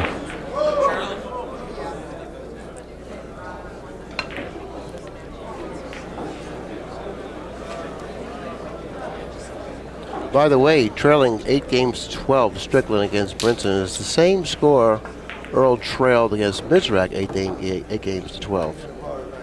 Of course, he didn't win that match. He fell short, getting only 10 games. Fortunately for Ellin, he was able to get back to the table after missing a relatively simple shot on the 7. Okay, we're going to change the tape right now, and we'll be back in just a minute. Bear with us. Okay, we're back in action here at the 19th Annual U.S. Open 9-Ball Championships. Tony Ellin playing a match against Tommy Kennedy has the lead and the break in game number 18. 9 games to 7, Ellin has the lead. Pocketing a ball on the break, and it looks like the balls have taken their places. The 1 ball, as you can see, near the lower right-hand corner. The 2 ball is adjacent to the cue ball, to the left of the cue ball, near the side pocket. The 3 ball near the foot spot.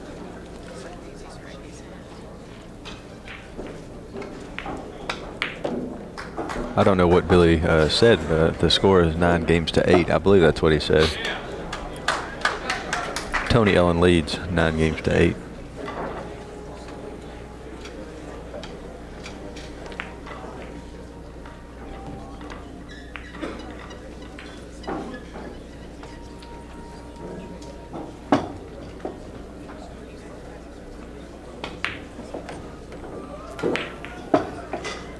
This is a routine out, but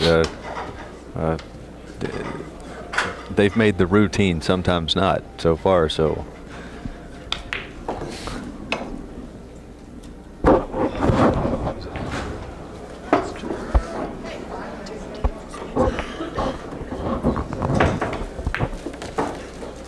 they're making it exciting for the fans. It's up and down. He has to be careful with this shot that he doesn't end up in a corner pocket, though. That's why he hit it with the speed that if it was directed toward either the left or the right pocket, it wasn't going to be hit hard enough to scratch. Game number 18 goes to Ellin, who now takes the lead by 2 games in the match, 10 games to 8. And this is the first time in the match that Ellin has led by more than 1 game. Kennedy has led by 3 games in the match, once, I think once, or at least once, or maybe even twice in the match. This is the first time in the match that Ellin has had the 2-game lead. The comfortability of a 2-game lead. And once again, pocketing the 1 and also the 2 in a little fortuitous kiss off the 8, setting the cue ball cross table for a nice position for the 3. Now the 4 is to the left of the foot spot, the 5 is at the other end of the table. This out looks very much like the last one. He's really getting his break working, and I think we all are aware of what happens. Yeah, the balls definitely are cooperating for Tony, at least right now. It really couldn't have came in a better time because Tony was really laboring out there, missing the 7 3 games ago. But only to see Kennedy miss the 7 in that game, giving Ellin this golden opportunity that he has certainly taken advantage of. Since then, it's been all Ellin out there, leading 10 games to 8, and it looks like Dave is going to extend it to 11 to 8. He's got himself an ideal angle on the 8 to drop nicely for the 9. Yeah, it's all business out there for Tony Ellin right now, realizing that, hey, listen, things are starting to happen for me right now. I'm going to go with it. He's definitely taken hold of the momentum. Yeah, well, he can feel now the victory. You know, he can really feel the money that it's going to bring him, the prestige, because this is the U.S. Open Championships. He did finish runner-up last year in the U.S. Open Championships to Earl Strickland, and he can feel that situation developing again, at least him in the finals, and that's what he wants badly. Yes. He wanted it so badly, but he knocked Tommy Kennedy off the scoreboard. This may be some kind of sign, Billy. It's some kind of sign. He breaks the balls, knocks Tommy Kennedy off the scoreboard. Has knocked his name tag off the scoreboard like he's not even there.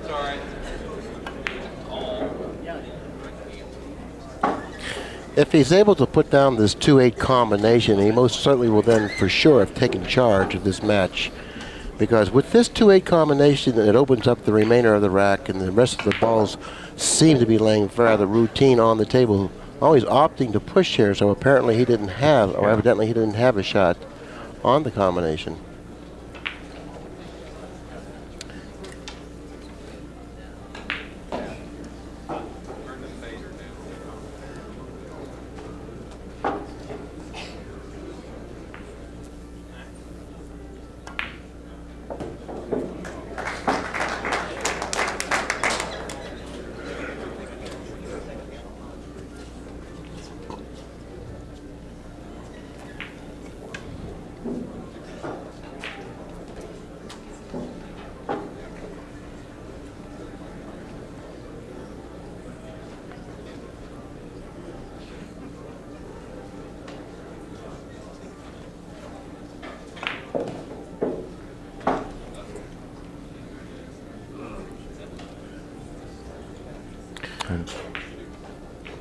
Kennedy looked over the situation, didn't really like what he had, so he decided to pass it back to Ellin. Ellin pushed out to this position. He had something in mind. Surely we're going to find out what it was. Combination. The 8's a big ball where it's laying on the rail. Wasn't that big. It looked like he got a fortuitous kiss off the 6 after missing the 2. Looks like he went into the 6 and he gotten fairly good results. Tommy has just made a very nice shot. He left Tony a shot on the 2 on the side. He hit a very nice shot to hit the 2 that thin and bring the cue ball back to this rail. Well, he's left Tony a choice, actually. He can pocket the 2 in the side or the corner. If he happens to hit the 2 thickly, attempting to pocket it in the side, the chances are he may run into the 3 and scratch in the upper left-hand corner. Which he almost did. The ball hit the point, Billy.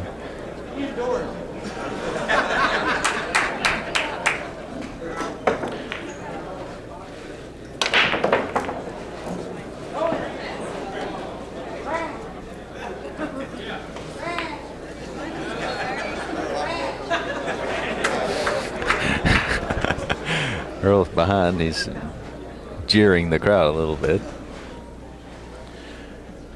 Tony executed a 2-rail safety very nicely, allowing Kennedy at the table to see the 3 ball, but nothing much to work with. Kennedy has a shot to cross the 3 back up at the other end. Not the type of a shot that he wants to shoot, but I don't think he has anything else out there other than that. Yeah. And that particular shot really isn't that workable. I don't know what he's going to do. From 9 feet away, that shot's you got to hit the thin. You got to hit very thin on the 3. And he's going to cross over the 3. Now he might even get a kiss on this shot. Well, he got a kiss on the shot, but he didn't attempt the shot I had in mind. But he got a nice little roll there, by seeing the 3 go 2 cushions into the upper right-hand corner pocket, something that he really didn't play. It actually double kissed and went 2 cushions.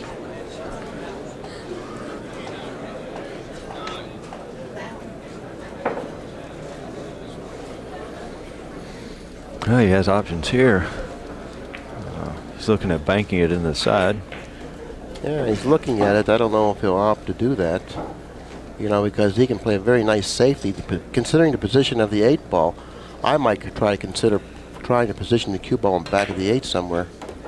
He made a very nice shot. And he made an excellent shot, realizing that if he was able to bank the 5 cross side, he would be in reasonable line for the 6.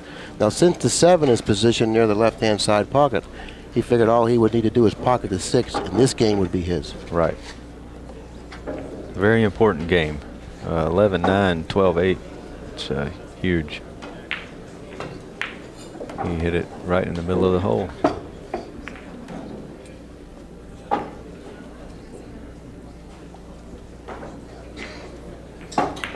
Just go 2 cushions back to the middle of the table.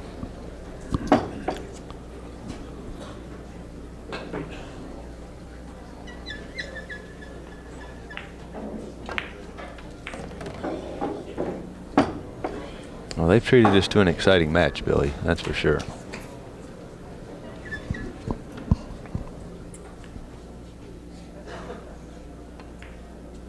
Be careful. Barely, but very effective. After game number 20, 2-0 is Kennedy with 9 games and Ellin with 11. Now, if Kennedy can start getting the action that Ellin has gotten the last 2 or 3 times he's broken the balls, this match could get even closer. Right. Well, he's going back to the same spot that Ellin was breaking from and he was breaking from in the beginning of the match. And you know, he's got to be hoping that the balls turn up the way they have for Ellin a couple of breaks. He's gotten the 5 ball in the corner pocket. He got a kiss on the 2, and the 1 ball disappeared also. And that kiss on the 2 now will preclude him from coming up with a shot on the 2. And matter of fact, he finds himself in a very difficult situation. Earl Strickland has mounted his comeback against Charlie Brinson at one time, trailing in the match 8 games to 12. Has won 3 consecutive games to come within 1 game of the lead, trailing now 11 games to 12. But there really isn't any time left for Strickland. He can't afford to lose another game. No. And Charlie Brinson has exercised his option to take a break here. And Tony is exercising, or pardon me, Earl is exercising his option to continue play.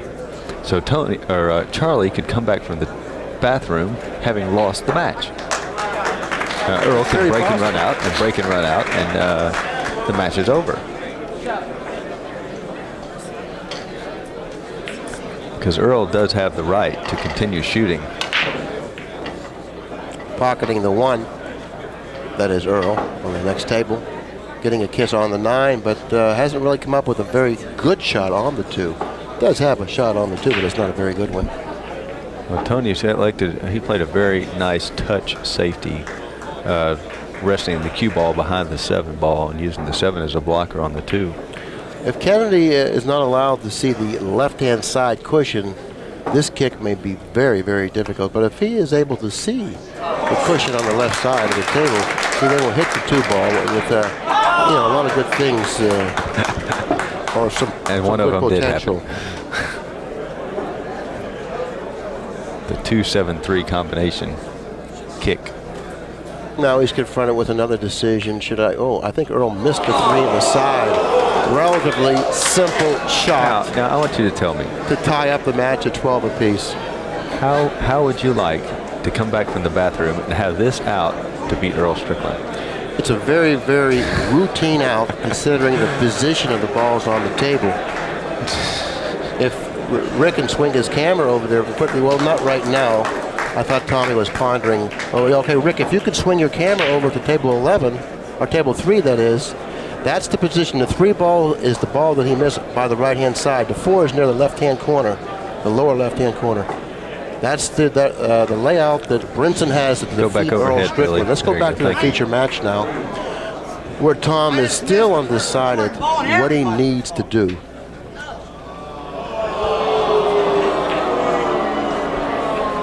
Earl screamed something out. What was it that he screamed out?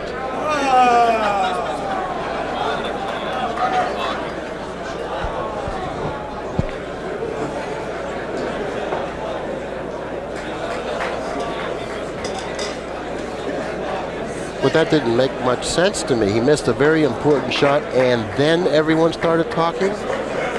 Or everyone started talking and then he missed a very important draw?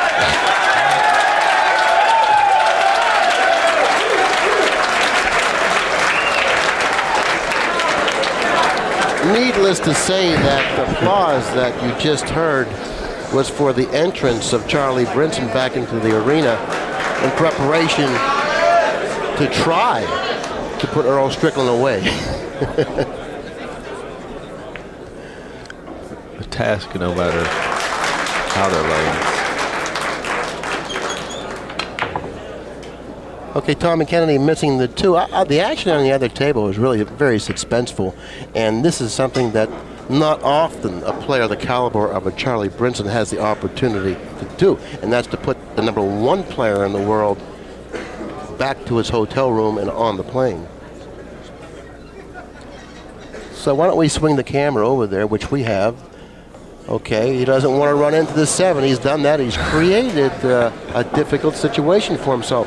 And this often happens when a relatively unknown player has an opportunity to beat the number 1 player in the world. Things just start to happen to make his job even more difficult. Tony just made a very good shot on that. Oh, my. Oh. He said, well, he threw caution to the wind and decided, well, I'm just going to bank the 6 right back. And I'm going to go ahead and take all the marbles if this ball happens to drop. But that's not what happened. Earl's at the table now, and he's certainly delighted to be back at the table. He trails 11 games to 12. He desperately needs to win these next 2 games to stay in the U.S. Open. Oh, he hit it very poorly, sending the cue ball into the 9. Oh, this is really suspenseful. I mean, truly suspenseful.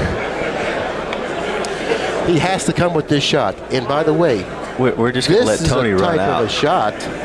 This is a type of a shot that Earl Strickland often practices in the practice room. Yes. He sets up these long, close to the rail, difficult shots. If you can put the camera on the expression of Earl's face, he's like half smiling, saying, I've practiced this shot before. I know I can make it. He's talking to the crowd. Maybe that's the way he loosens himself up. Here we go. Wow, the center of the pocket. Oh, I mean, come on. I mean, no, that's the response of a true world champion. When you have to come with something like that, dig down deep, come out with it. I mean, that's just wonderful there. Absolutely wonderful. Yes. In the meantime, Tony Ellin won game number 21. He takes a 12-9 lead in his match. It's really a shame that both matches seem to be coming to a climax at the same time. Yeah.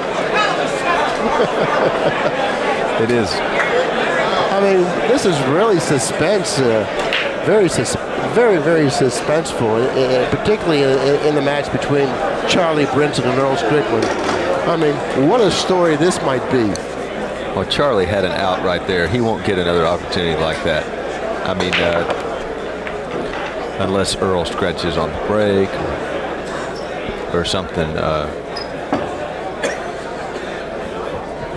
Tony Ellin breaking the balls, pocketing a ball on the break. He's looking at 7 balls on the table. He has a shot on the 1 with an opportunity to finish off Tom Kennedy.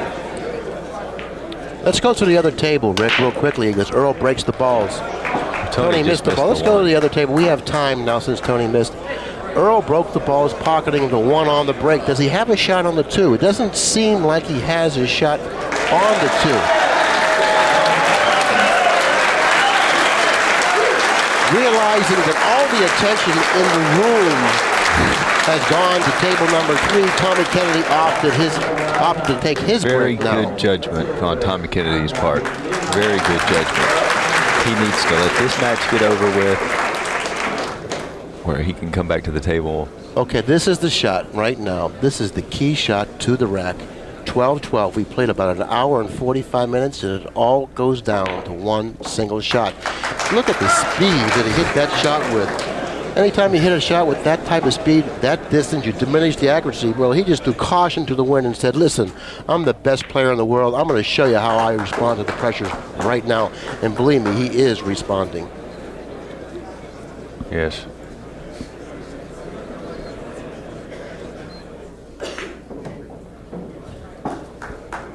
I tell you, if Earl runs out, which I'm certainly sure he will, I think the testimony of the crowd will just tell us exactly how much they enjoyed this performance. A little theatrical work right now on Earl's part. He's a little bit of a showman somewhat, huh? Barry Berman's next to me. He loves this. Earl lives for this right here. This is his moment right now, realizing that, listen, I have performed extremely well in this situation. What more can the people want from me? He'll raise his hand right now. Yeah, he's acknowledging now that I've won this match. It's all over. I'm still the best player in the world.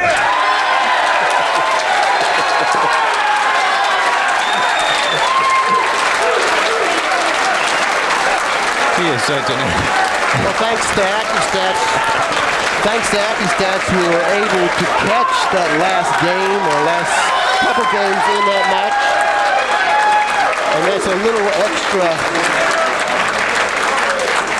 extra gift for the people that purchased the Ellin Kennedy tape. And that little performance right there was well worth the price of the tape. I said, thanks to ACCUSTATS, we were able to catch the last part of that match between Brinson and Strickland. And just the last 2 games alone was certainly worth the price of the tape.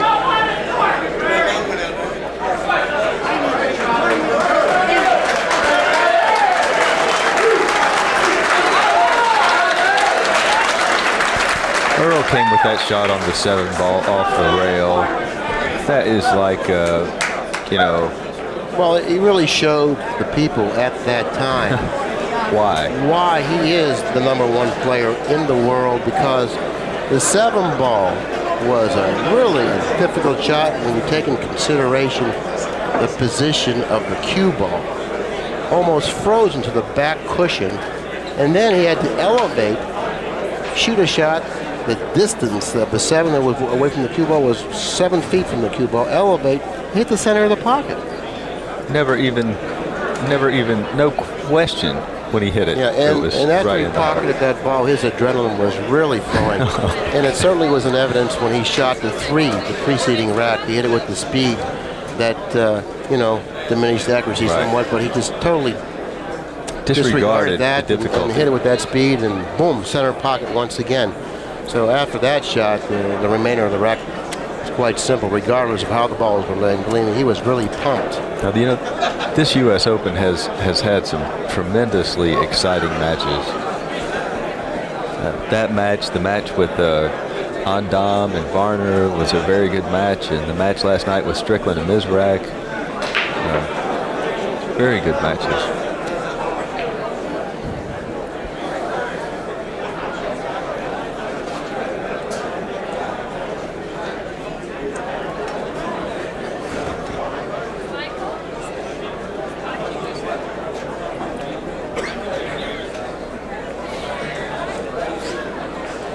let's bring you up to date with the scores of the other matches. Okay, Alan Hopkins lost to Ondom, I believe, with the score of no, he won. Alan Hopkins actually came back to win his match against Leonardo Ondom, 12 games to 11. He was trailing the entire match.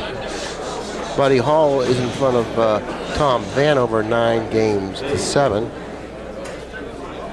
Luot ahead of Jimmy Rimpey, 10 games to 8. Davenport and Varner are knotted up at 9 games apiece. Jose Perica on table number 1 in his match against Dick Lane is leading 12 games to 9.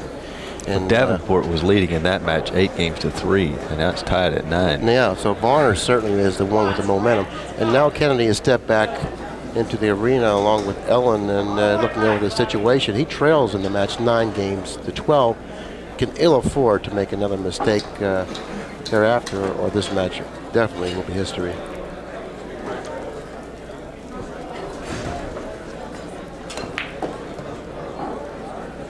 He would like to have the angle to drop underneath the 3 for the side pocket.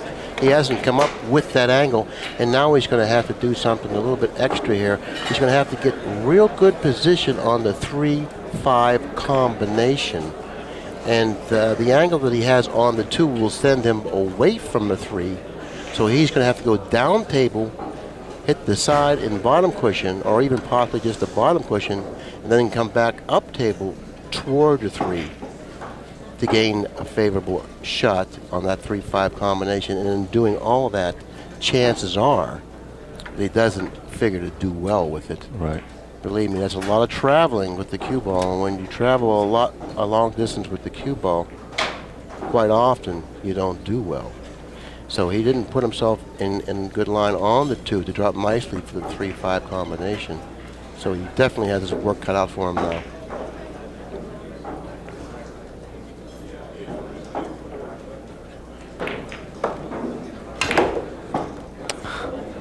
Okay, he's drawn the cue ball cross table. I don't know It if must pass between the 7 and the 9. If the 3 passes the 7 to the left corner pocket, He's hit a very nice he did shot. a nice shot.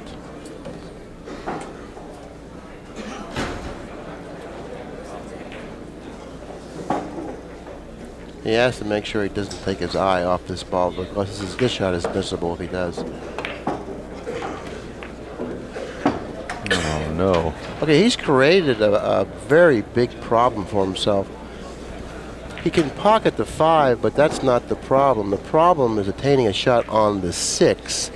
If you notice that the 6 is at the other end of the table, and he's almost straight in on the 5, and elevating this great a distance from the object ball can create big problems. Oh, he hit that shot magnificently. He did. Believe He did, me, I mean, that definitely. was a world-class shot right there. A classy shot by Tommy Kennedy, especially considering, you know, the situation that he's confronted with there. Trailing 12 games to 9, definitely had to come with that shot. And he hit it as well as could be expected. I mean, better As than well could as be it could be hit. expected. Yeah, right. Definitely made a superb shot.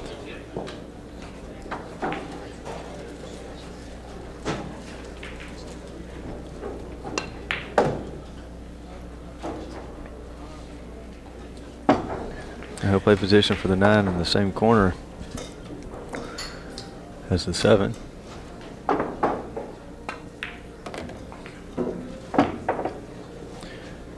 To bring himself within 2 games.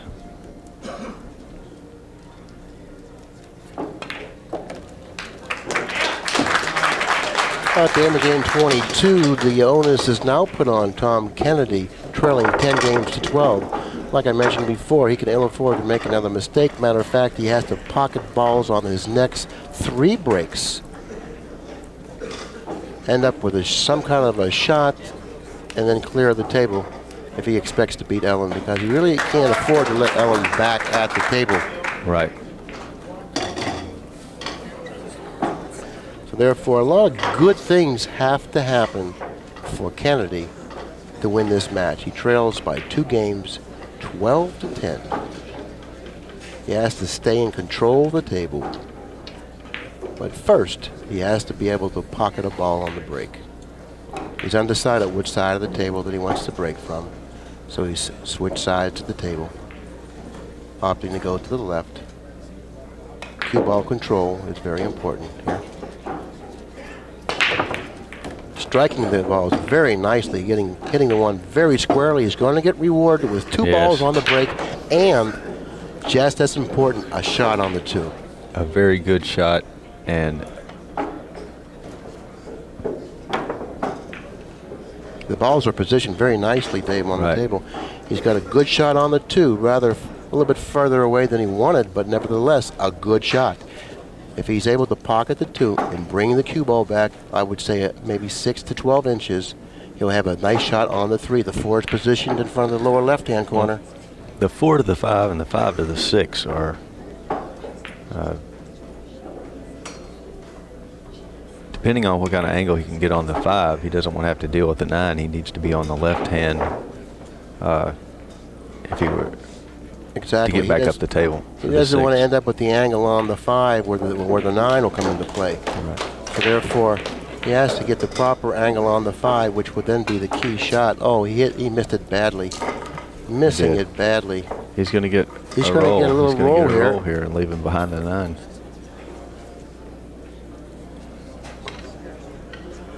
Well, he had a very makeable shot on the 2, and I was surprised to see him not do well with it. I don't believe he may have left a shot for Tony, because Tony doesn't seem to be that unhappy about the results here. Okay, he's down on the ball. Maybe he's got a good safety, setting the 2 balls, 2 cushions, but he has to make sure he doesn't hit the 3 with the 2 ball. Okay, Tony played an excellent safety, and Kennedy steps back to the table in a lot of trouble. Now Kennedy's going to have to get a little lucky here.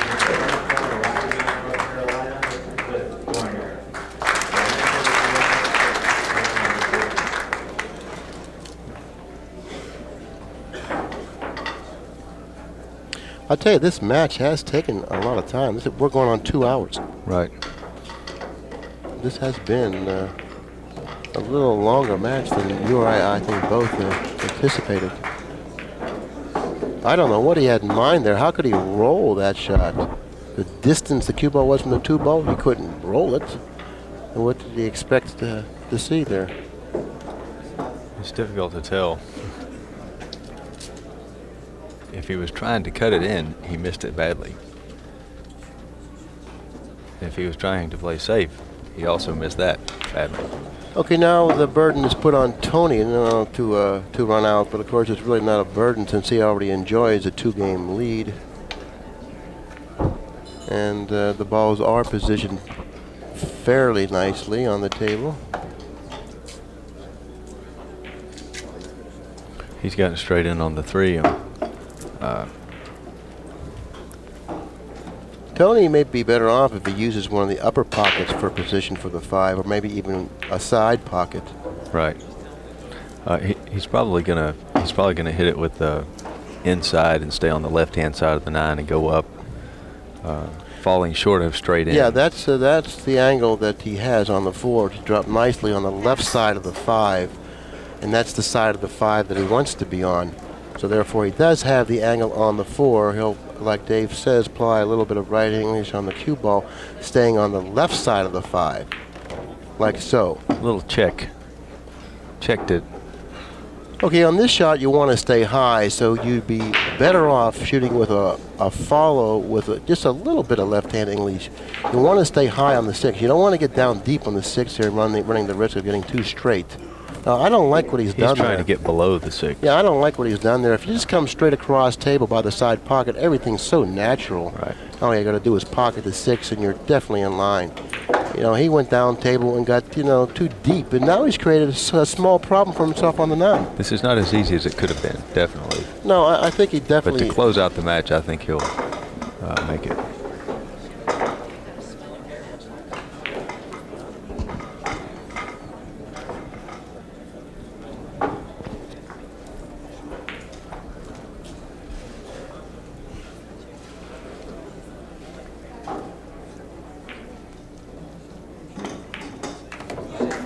Okay, well, that didn't create much of a problem for Ellin, who obviously pockets match ball and winning the match 13 games to 10 from Tom Kennedy. It was an exciting match. At the end, Ellin seemed to have pulled away. Tom had an excellent opportunity in the last game, but he wasn't able to put down the 2. But all in all, it was a very exciting match, and the end of the Brinson Strickland match really made this particular tape, very, very marketable. Well, I think the difference in the match, they played the same. Both players played about the same in the beginning and the end, but Tony had a stretch in the middle where he was breaking the balls really well. Around when he got to 9, games 9, 10, and 11, he broke and ran out, broke, ran out, broke and ran out, and that forged enough of a lead to where the way both of them were playing, it was enough to win the match. Yeah, that put a lot of extra pressure on Kennedy because that was the first time in the match that Ellin had really, gotten the lead by more than 1 game, and it happened to have been near the end of the match, which was really, what Ellin wanted to see happen, but not Kennedy. In the meantime, Ellin did end up winning the match 13 games to 10. We're not going to do an interview, and we're going to close it out. Okay, Billy. Well, I certainly enjoyed it. Okay, Dave, once again, I enjoyed it also. Thanks. So I look forward to seeing you in the later match. And this is Bill in Incardona for Dave Maddux saying thanks a lot for supporting Accu-Stats, and give Pat a call, 1-800-828-0397.